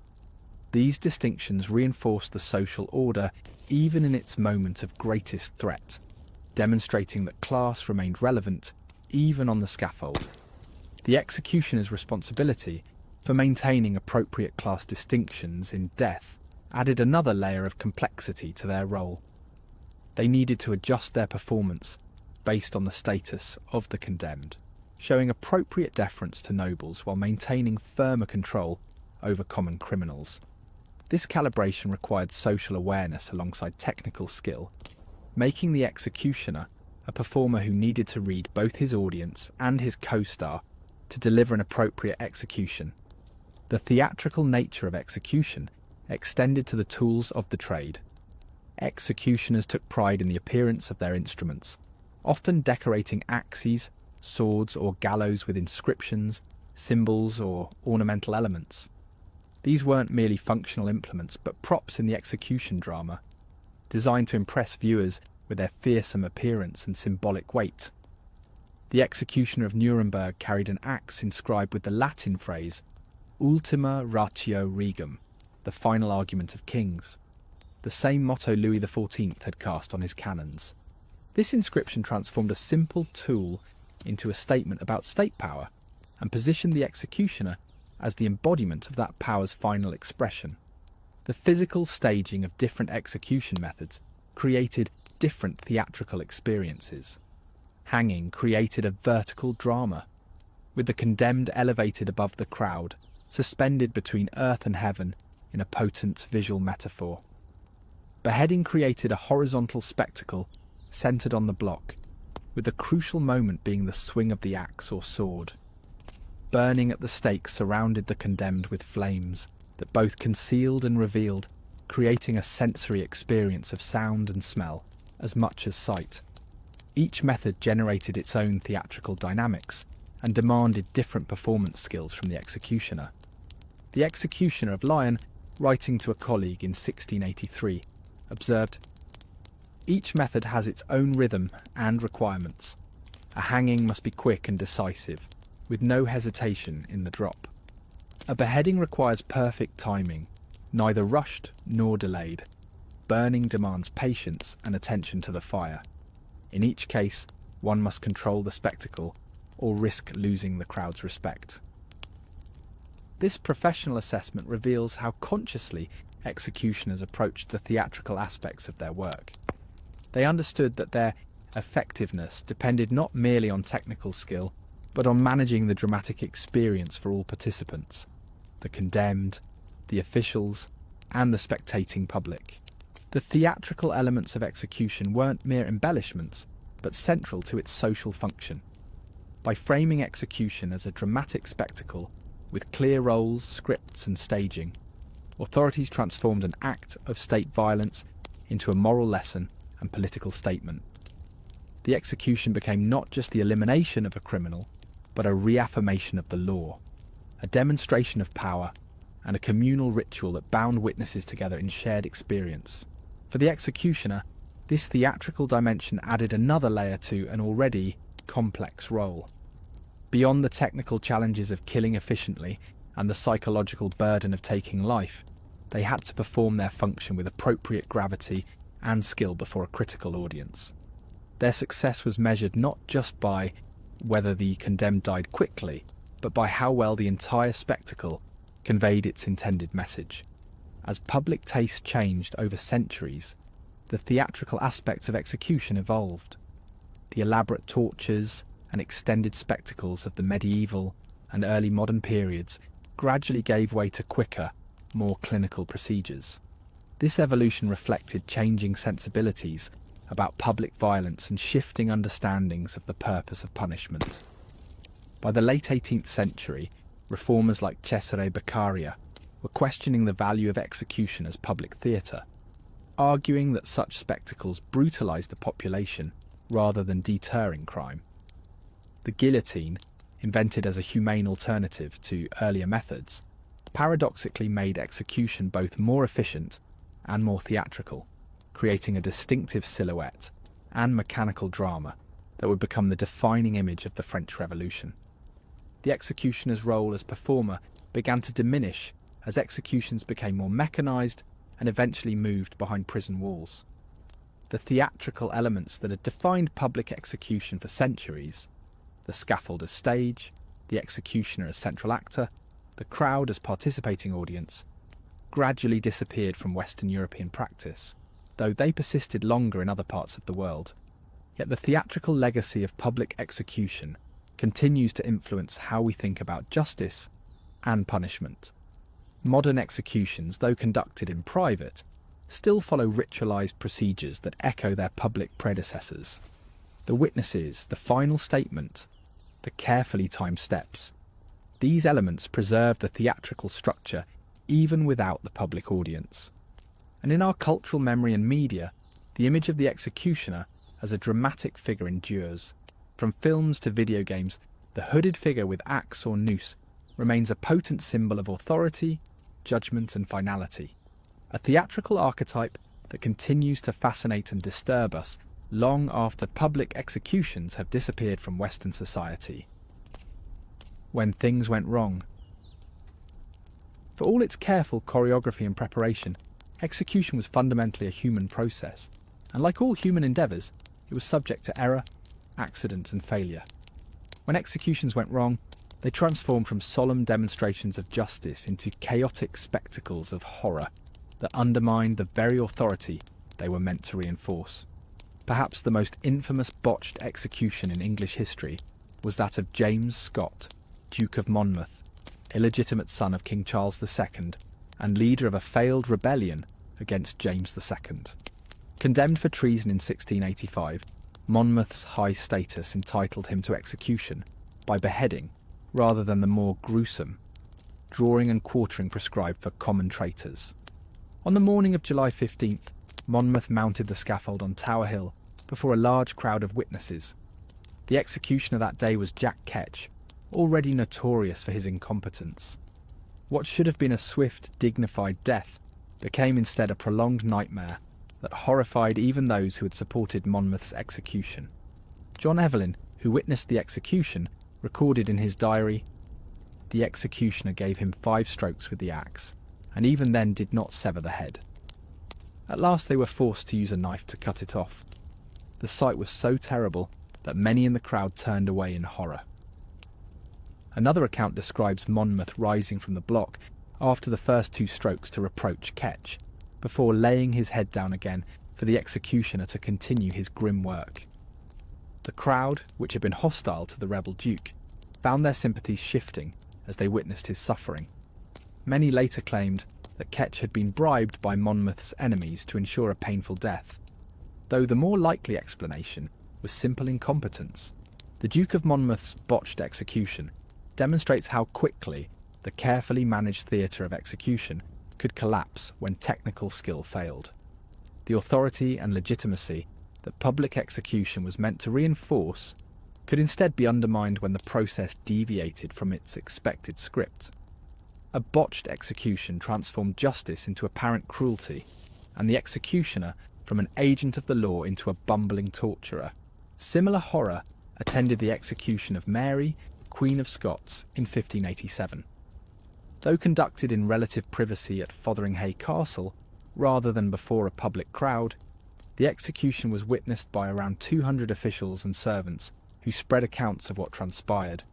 The executioner, a man named Bull, who was brought from London for the task, required 2 strokes with the axe and still failed to completely sever the head. He was forced to finish the job with a knife, sawing through the remaining gristle and tissue. When he lifted the head to show it to the witnesses, as was customary, he grabbed Mary's auburn hair, which came away in his hand, revealing that the Queen had been wearing a wig. Her actual hair was short and grey, and her head rolled onto the floor. These grotesque details transformed what was intended as a solemn political necessity into a macabre spectacle that generated sympathy for Mary and embarrassment for Elizabeth I, who had ordered the execution.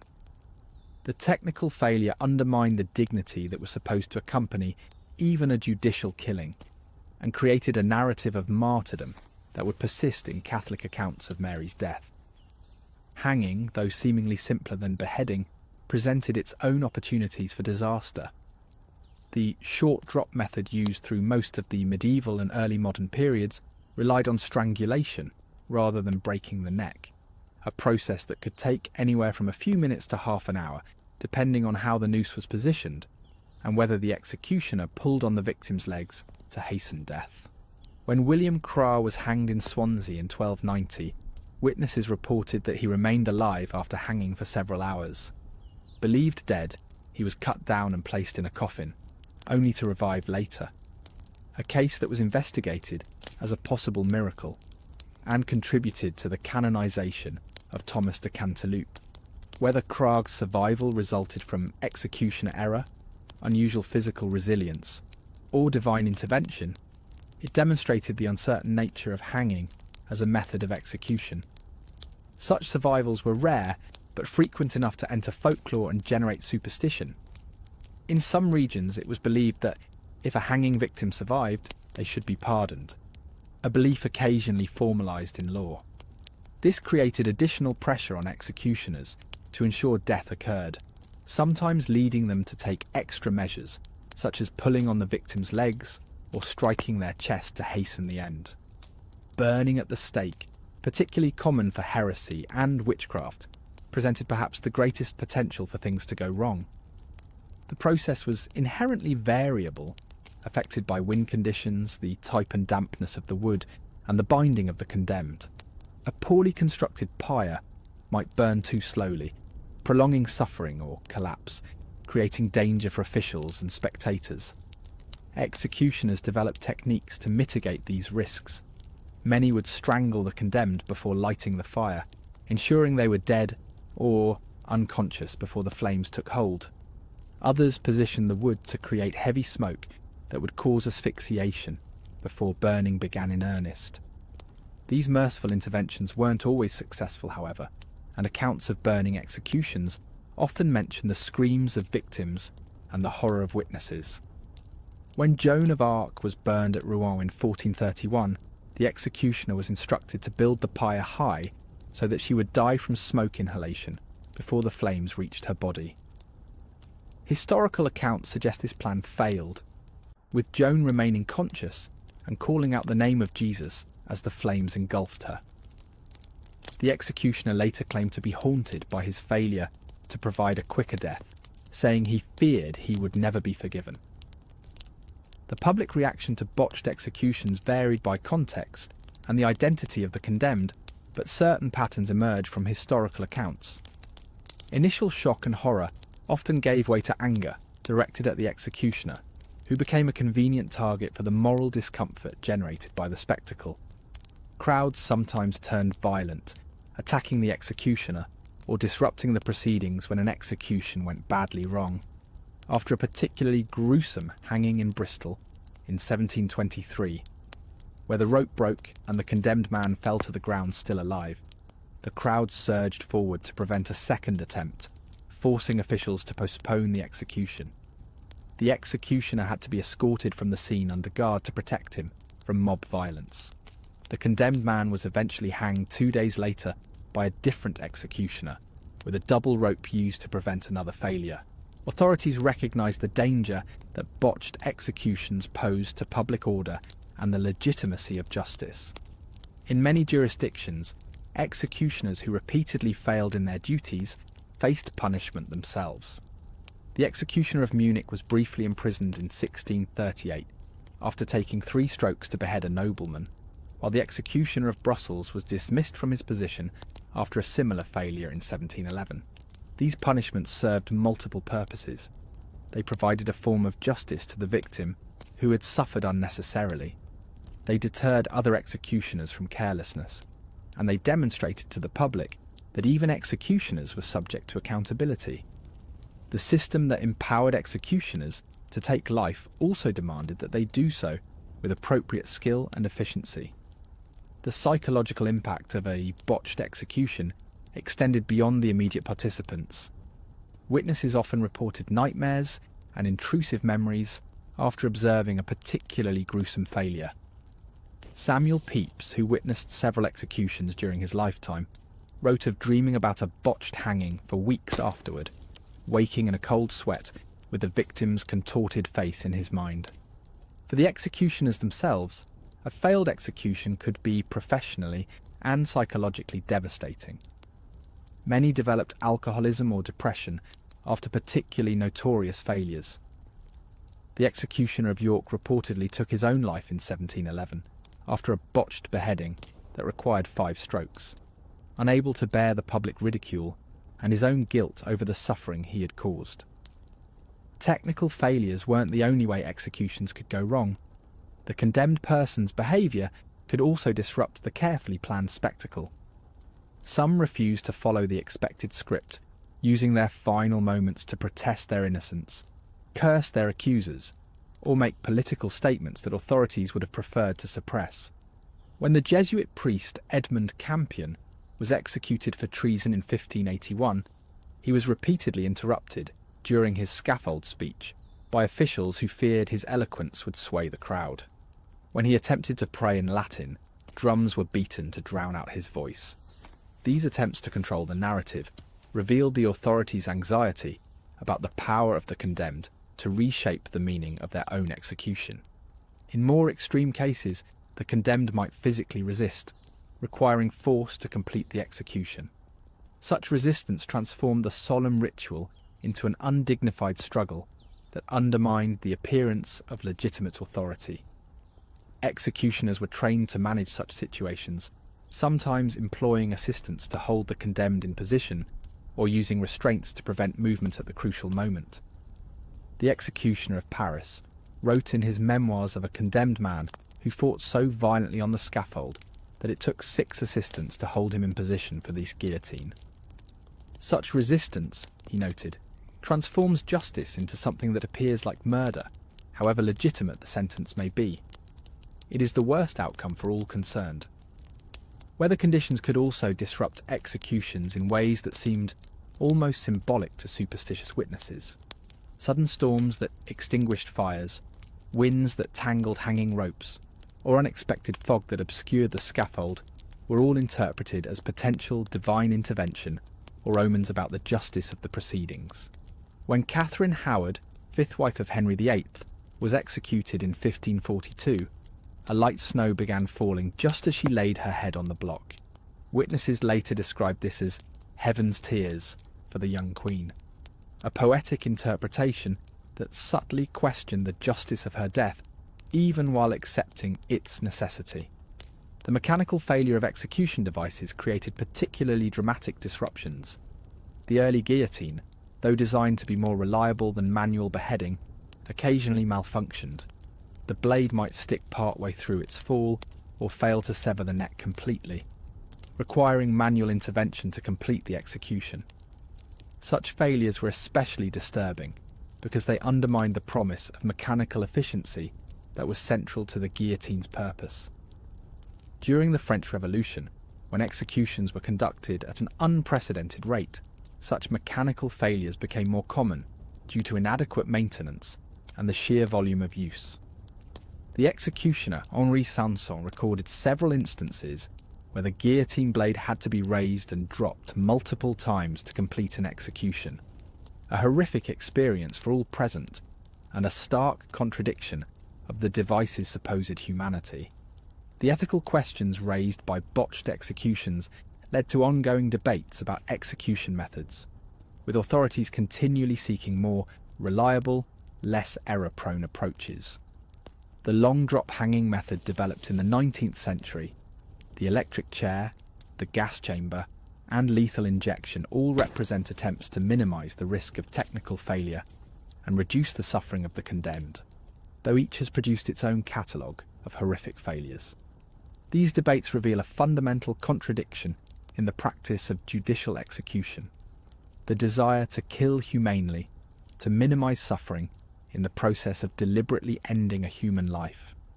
The executioner stood at the centre of this contradiction, tasked with implementing methods that would achieve death with minimal suffering, while knowing that no method could guarantee this outcome in every case. The possibility of executing the innocent represented perhaps the most profound way an execution could go wrong, though this error might never be known to those involved. Historical records contain numerous cases where evidence of innocence emerged only after an execution had been carried out, creating moral crises for the officials, judges, and executioners who had participated in the process. The executioner of Bristol, who had performed hundreds of hangings during his career, resigned his position in 1752 after learning that a man he had executed the previous year had been posthumously exonerated when the actual murderer confessed. In his resignation letter he wrote, "I can no longer trust that the neck I break belongs to one who deserves such a fate. This doubt will haunt me with each future execution, and I cannot bear it." This crisis of confidence highlights the unique moral burden carried by executioners. Unlike soldiers who might kill in the chaos of battle, or citizens who might kill in self-defense, executioners kill deliberately, methodically, and with full premeditation. The possibility that this act might be applied to the innocent created a moral horror that many found unbearable. When things went wrong in public executions, the carefully constructed narrative of justice being served collapsed, revealing the raw violence that underpinned state authority.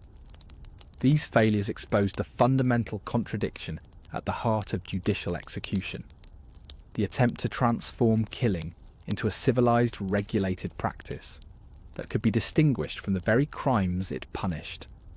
The executioner, in these moments of failure, transformed from the dignified agent of justice into a bungling killer, from the embodiment of state authority into its most problematic representative. These moments of breakdown reveal the fragility of the distinction between judicial punishment and simple violence, a distinction that the theatrical elements of execution worked so hard to maintain. As public executions declined and eventually disappeared from Western Europe, the potential for public witnessing of such failures diminished. Yet the problem of botched executions has never been solved, merely removed from public view.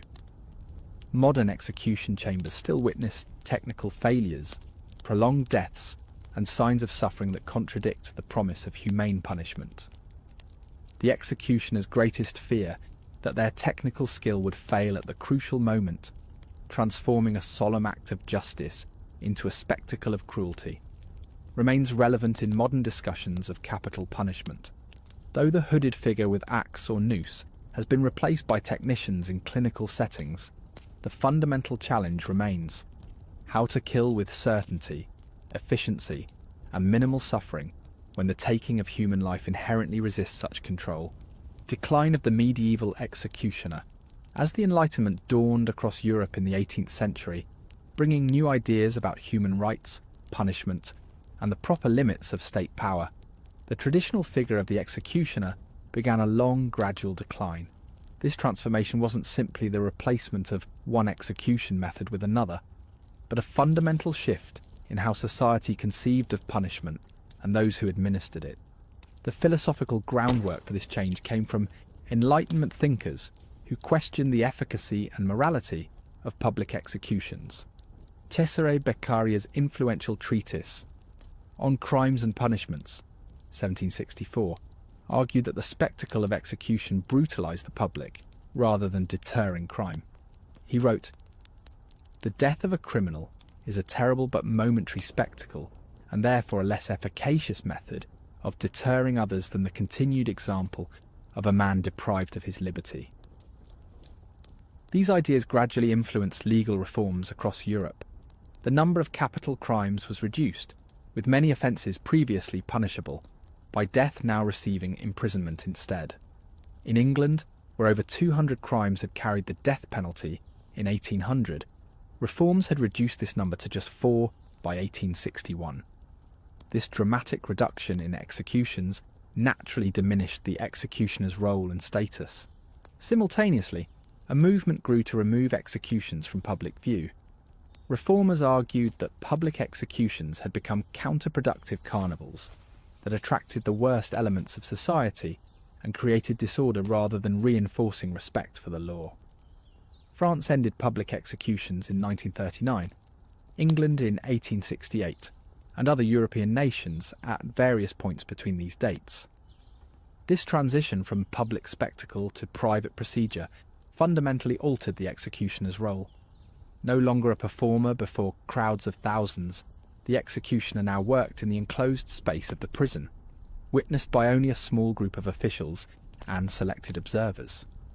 The theatrical elements that had defined the profession for centuries, the dramatic gestures, the interaction with the crowd, the public display of skill, became irrelevant in this new context. Charles-Henri Sanson, who had executed Louis XVI before a massive crowd in the Place de la Révolution, lived to see the beginning of this shift. In his memoirs, he reflected on the changing nature of his profession. The executioner once stood before all of Paris as the visible hand of justice. Now he works in the shadows, hidden from view, as if the state is ashamed of its own necessary function. The mechanization of execution further diminished the executioner's traditional role. The guillotine, introduced during the French Revolution as a more humane alternative to manual beheading, reduced the executioner from skilled craftsman to machine operator. Where success had once depended on physical strength, precise judgment, and years of practice, it now required merely the ability to release a mechanism at the appropriate moment. Dr. Joseph Ignace Guillotin, who advocated for the device though he did not invent it, explicitly intended this democratization of execution. "The mechanism falls like thunder," he declared to the National Assembly. "The head flies, blood spurts, the man is no more." This clinical efficiency deliberately removed the human element, the executioner's skill or lack thereof, from the equation. Similar mechanization occurred with hanging, as the long drop method replaced the traditional short drop approach. Developed in the 19th century and refined by executioners like William Marwood and James Berry, the long drop used careful calculations based on the condemned's weight and physique to determine the optimal rope length for breaking the neck instantly. This transformed hanging from an art requiring judgment and experience into a mathematical procedure that could be taught through formulas and tables. The executioner's traditional anonymity, once maintained through hoods and masks, evolved into institutional secrecy. As executions moved behind prison walls, the identities of those who performed them became classified information, protected by law and custom. This anonymity served both to protect executioners from public hostility and to separate the individual from the function, emphasizing that the executioner acted not as a person, but as an extension of the state. Albert Pierrepoint, Britain's most prolific 20th century hangman, who performed approximately 435 executions between 1932 and 1956, described this new anonymity. "When I was a boy, my father's profession was a whispered secret in our family. As a man, my own role was known only to a handful of officials. I would travel to prisons in ordinary clothes, carrying my equipment in a nondescript bag. To the world, I was simply a publican, tavern keeper.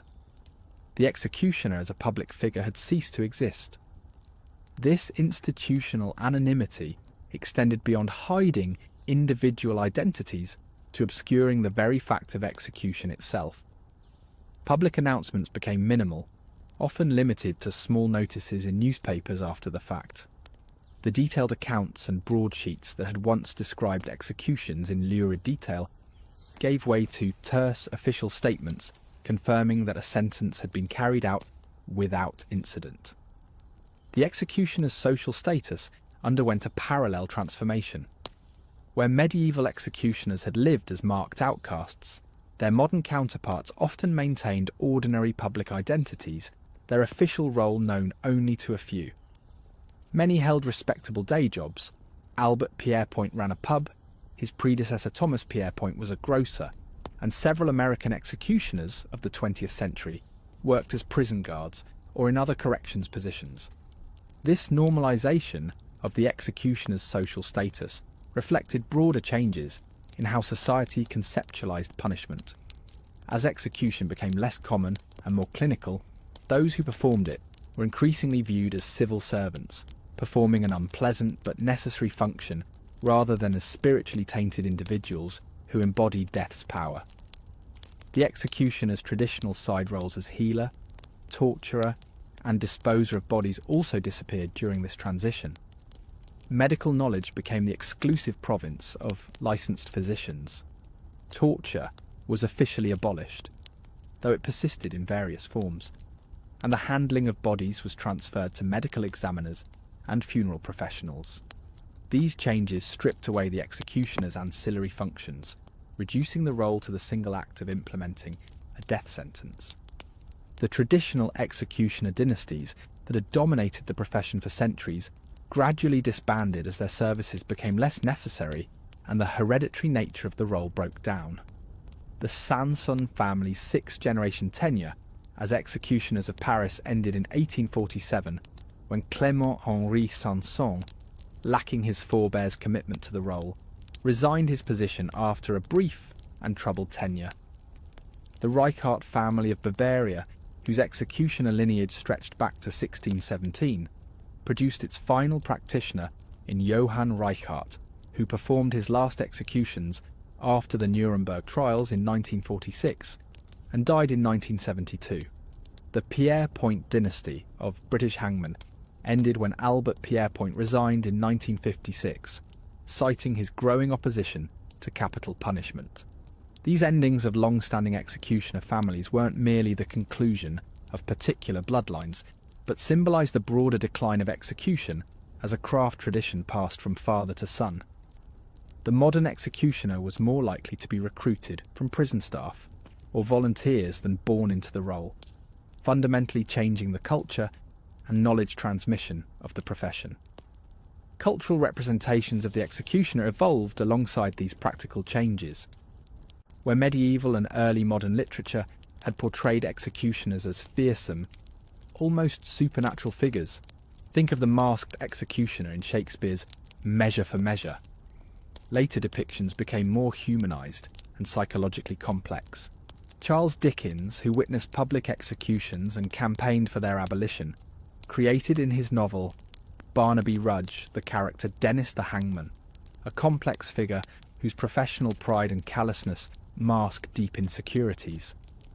This more nuanced portrayal reflected changing attitudes toward executioners, seeing them as troubled human beings rather than mythic embodiments of death.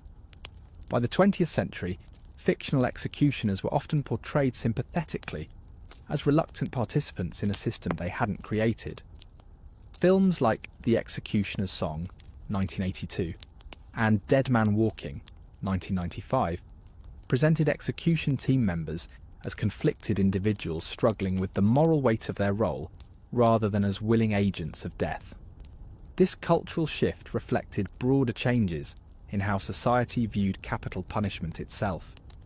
As opposition to the death penalty grew in Western Europe throughout the 20th century, the executioner transformed from a necessary public servant to a problematic symbol of a contested practice. When most European nations abolished capital punishment in the post-World War II period, the role of executioner disappeared entirely from their judicial systems. The last public execution in France occurred in 1939, when Eugène Weidmann was guillotined outside the prison of Saint-Pierre in Versailles. The event drew such a large and unruly crowd, with spectators climbing trees and buildings for better views and behaving in a carnival atmosphere, that the French government immediately banned public executions. 3 months later, all executions were moved inside prison walls. Britain's last public execution took place on May 26, 1868, when Michael Barrett was hanged outside Newgate Prison for his role in the Clerkenwell bombing. The spectacle attracted thousands of rowdy spectators, reinforcing reformers' arguments that public executions had become counterproductive displays that undermined rather than reinforced respect for the law. The Capital Punishment Amendment Act was passed soon after, moving all executions behind prison walls. These transitions from public to private execution represented not just a change in venue, but a fundamental shift in how society conceptualized punishment. Public execution had been explicitly theatrical, designed to impress witnesses with the power of the state and the consequences of crime. Private execution, by contrast, emphasized the administrative, bureaucratic nature of punishment, a necessary but unpleasant function best performed away from public view. This shift reflected broader changes in how modern states exercise power. Where medieval and early modern authorities had ruled partly through visible displays of force and punishment, modern governance increasingly operated through systems and procedures that worked most effectively when invisible. The executioner's transition from public performer to anonymous technician mirrored this larger transformation in state power. The executioner's tools underwent their own evolution. The iconic implements of medieval execution, the axe, the sword, the gallows, gave way to more clinical devices designed to minimize the human element in killing. The electric chair, introduced in the United States in 1890, the gas chamber, first used in 1924, and lethal injection, developed in the 1970s, all represented attempts to make execution more scientific, more reliable, and less dependent on the skill of an individual executioner. These new methods distributed responsibility across teams rather than concentrating it in a single figure. A lethal injection execution might involve multiple technicians, each responsible for a different part of the process, with no single person bearing full responsibility for the death. This diffusion of responsibility represented another step in the dissolution of the traditional executioner role. The last executioners to work in the traditional mode often became reluctant historians of their own vanishing profession. Albert Pierrepoint published his autobiography Executioner Pierrepoint in 1974, offering insights into a role that had already disappeared from British justice. Johann Reichardt gave interviews late in life about his experiences as Bavaria's last executioner, preserving knowledge of techniques and traditions that would otherwise have been lost. These accounts reveal men who often developed profound ambivalence about their former profession. Pierrepoint, who had once taken pride in his technical skill and efficiency, became an outspoken opponent of capital punishment, writing, "I have come to the conclusion that executions solve nothing and are only an antiquated relic of a primitive desire for revenge."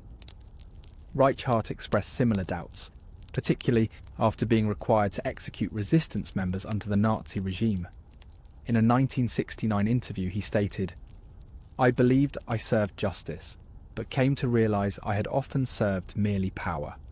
This is the executioner's tragedy, to discover too late the difference between the two." These reflections from the last traditional executioners highlight the moral complexity of a role that placed individuals at the intersection of law, violence, and state power. As the traditional executioner disappeared from Western justice systems, these moral questions didn't vanish, but were redistributed across the more diffuse execution procedures that replaced the lone figure with axe or noose. Today, in those nations that retain capital punishment, the medieval executioner's descendants are the technicians, medical professionals, and corrections officers who participate in modern execution protocols. Like their historical predecessors, they often remain anonymous, work under psychological strain, and occupy an ambiguous moral position as agents of a contested practice. The decline of the traditional executioner represents more than just a change in how death sentences are implemented. It marks a fundamental shift in how society conceptualizes justice, punishment, and the relationship between the individual and state power. The hooded figure with axe or noose has disappeared from Western justice systems, but the essential questions raised by the executioner's role about the limits of state authority, the nature of just punishment, and the moral burden of taking life in the name of law remain as relevant as ever.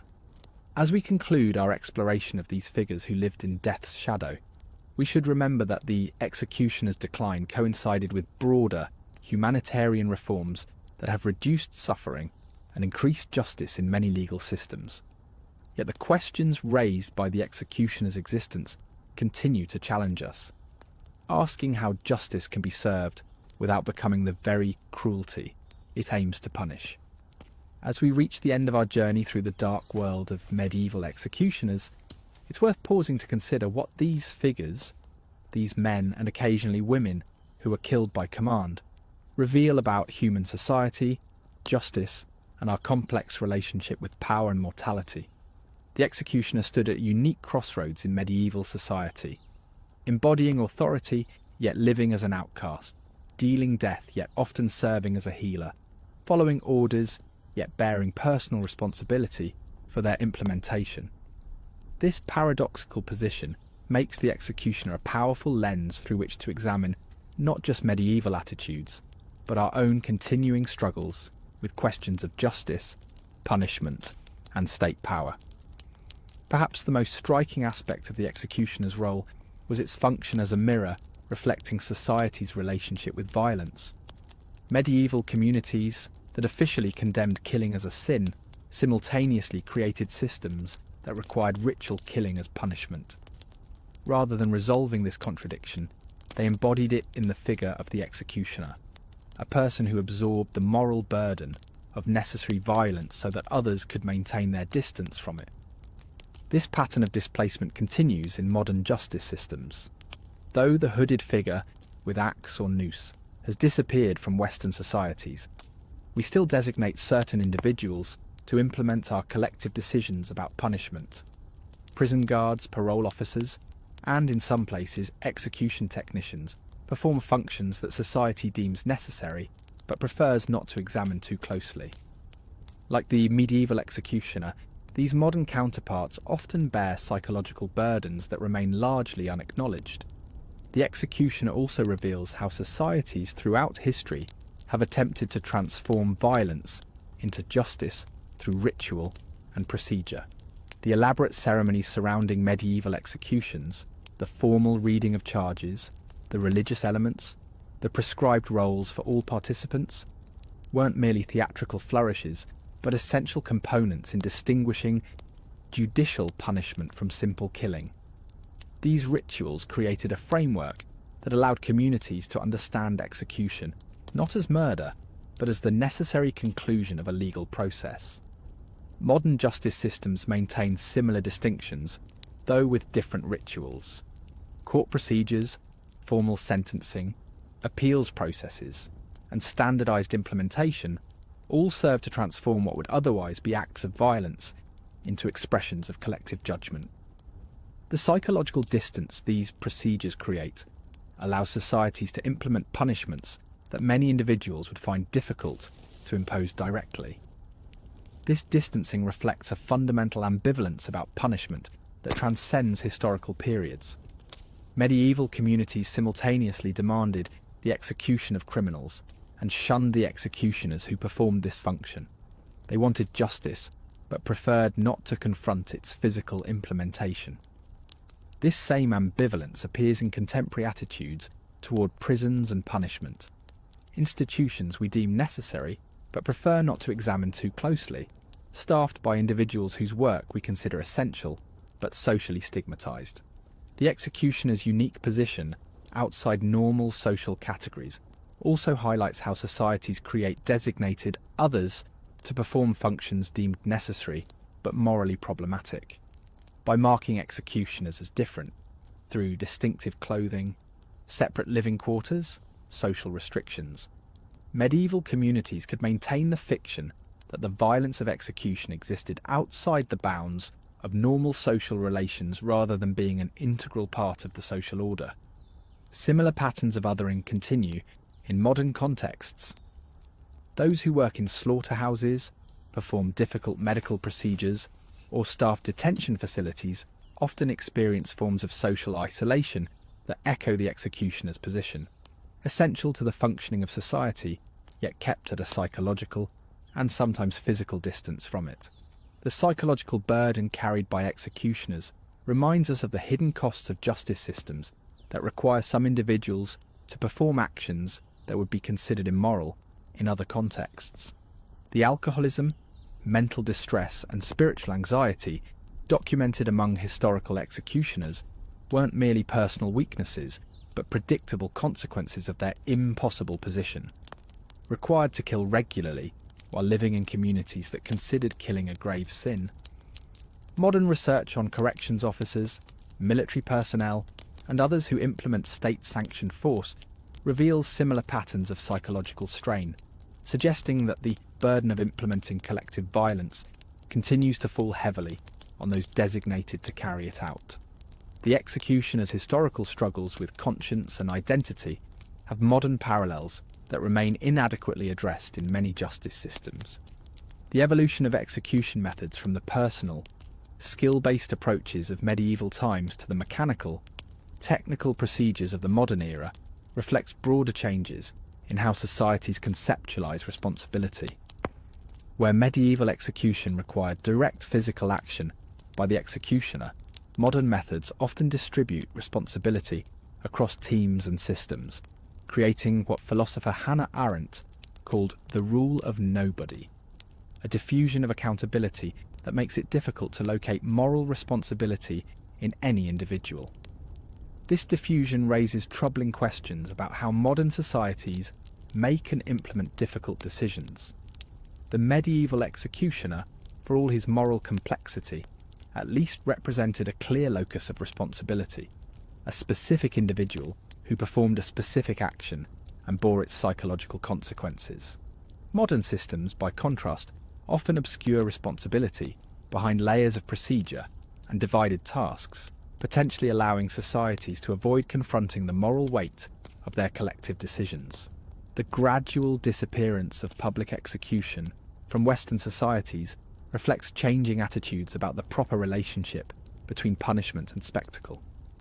Where medieval authorities saw public execution as essential to deterrence and the demonstration of power, modern sensibilities consider public punishment barbaric and counterproductive. This shift represents a significant evolution in how societies understand the purpose of punishment, from public demonstration to private correction. Yet this privacy brings its own problems. By removing punishment from public view, modern societies risk allowing abuses to flourish unseen and unexamined. The medieval executioner performed his function before hundreds or thousands of witnesses. Modern punishment often occurs behind walls, beyond public scrutiny. This invisibility may protect public sensibilities, but also reduces accountability and transparency in ways that can undermine justice. The executioner's complex legacy continues to influence how we think about justice and punishment today. The questions raised by these historical figures about the proper limits of state power, the psychological cost of implementing collective decisions, the distinction between justice and vengeance, remain central to contemporary debates about criminal justice, capital punishment, and the purpose of incarceration. As we consider these questions, we might remember that the executioner was not merely a dealer of death, but a mirror, reflecting society's own contradictions, its simultaneous embrace of and discomfort with authorized violence, its desire for justice alongside its aversion to confronting justice's physical implementation, its need for designated individuals to perform necessary but troubling functions. In this reflection, we find perhaps the most valuable lesson the executioner offers modern audiences: the importance of acknowledging the full moral complexity of our justice systems, rather than displacing responsibility onto designated others. Medieval societies created the executioner partly to maintain distance between themselves and the violence they deemed necessary. Modern societies create similar distance through bureaucracy, technology, and institutional structures. True justice may require us to close this distance, to acknowledge our collective responsibility for the punishments carried out in our name, rather than projecting that responsibility onto modern equivalents of the executioner. By studying these historical figures who lived in death's shadow, we gain insight not just into medieval justice, but into our own continuing struggles to reconcile our desire for justice with our aversion to its implementation. The hooded figure with axe or noose has disappeared from Western justice systems, but the essential questions raised by the executioner's existence remain. How do we punish without becoming what we punish? How do we balance justice with mercy? How do we distribute the moral burden of collective decisions? These questions have no simple answers, but by confronting them directly, rather than displacing them onto designated others, we move closer to justice systems that reflect our highest values rather than our darkest impulses. As we conclude this exploration of history's most terrifying executioners, I invite you to continue this journey into the darker corners of human history with us at Viking Times. Our channel delves into the complex, often troubling aspects of the past that continue to resonate today, not merely to shock or entertain, but to understand the full spectrum of human experience and extract valuable insights for our present moment. If you found this examination of medieval executioners illuminating, please consider subscribing to Viking Times for more deep dives into history's shadows. In upcoming episodes, we'll explore the secret history of medieval torture chambers, the psychological warfare tactics of Viking raiders, the forgotten plague doctors who faced death daily, and many other figures who lived at the edges of historical experience. By subscribing, you'll join a community of history enthusiasts committed to understanding the past in all its complexity. Not just the glorious achievements and noble ideals, but the darker impulses and moral contradictions that have shaped human societies throughout time. This complete picture, embracing both light and shadow, offers the most valuable historical insights for navigating our own complex world. History's executioners have disappeared from our justice systems, but the questions they raise about power, punishment, and moral responsibility remain urgently relevant. At Viking Times, we believe that confronting these questions, however uncomfortable they may be, is essential to understanding both our past and our present.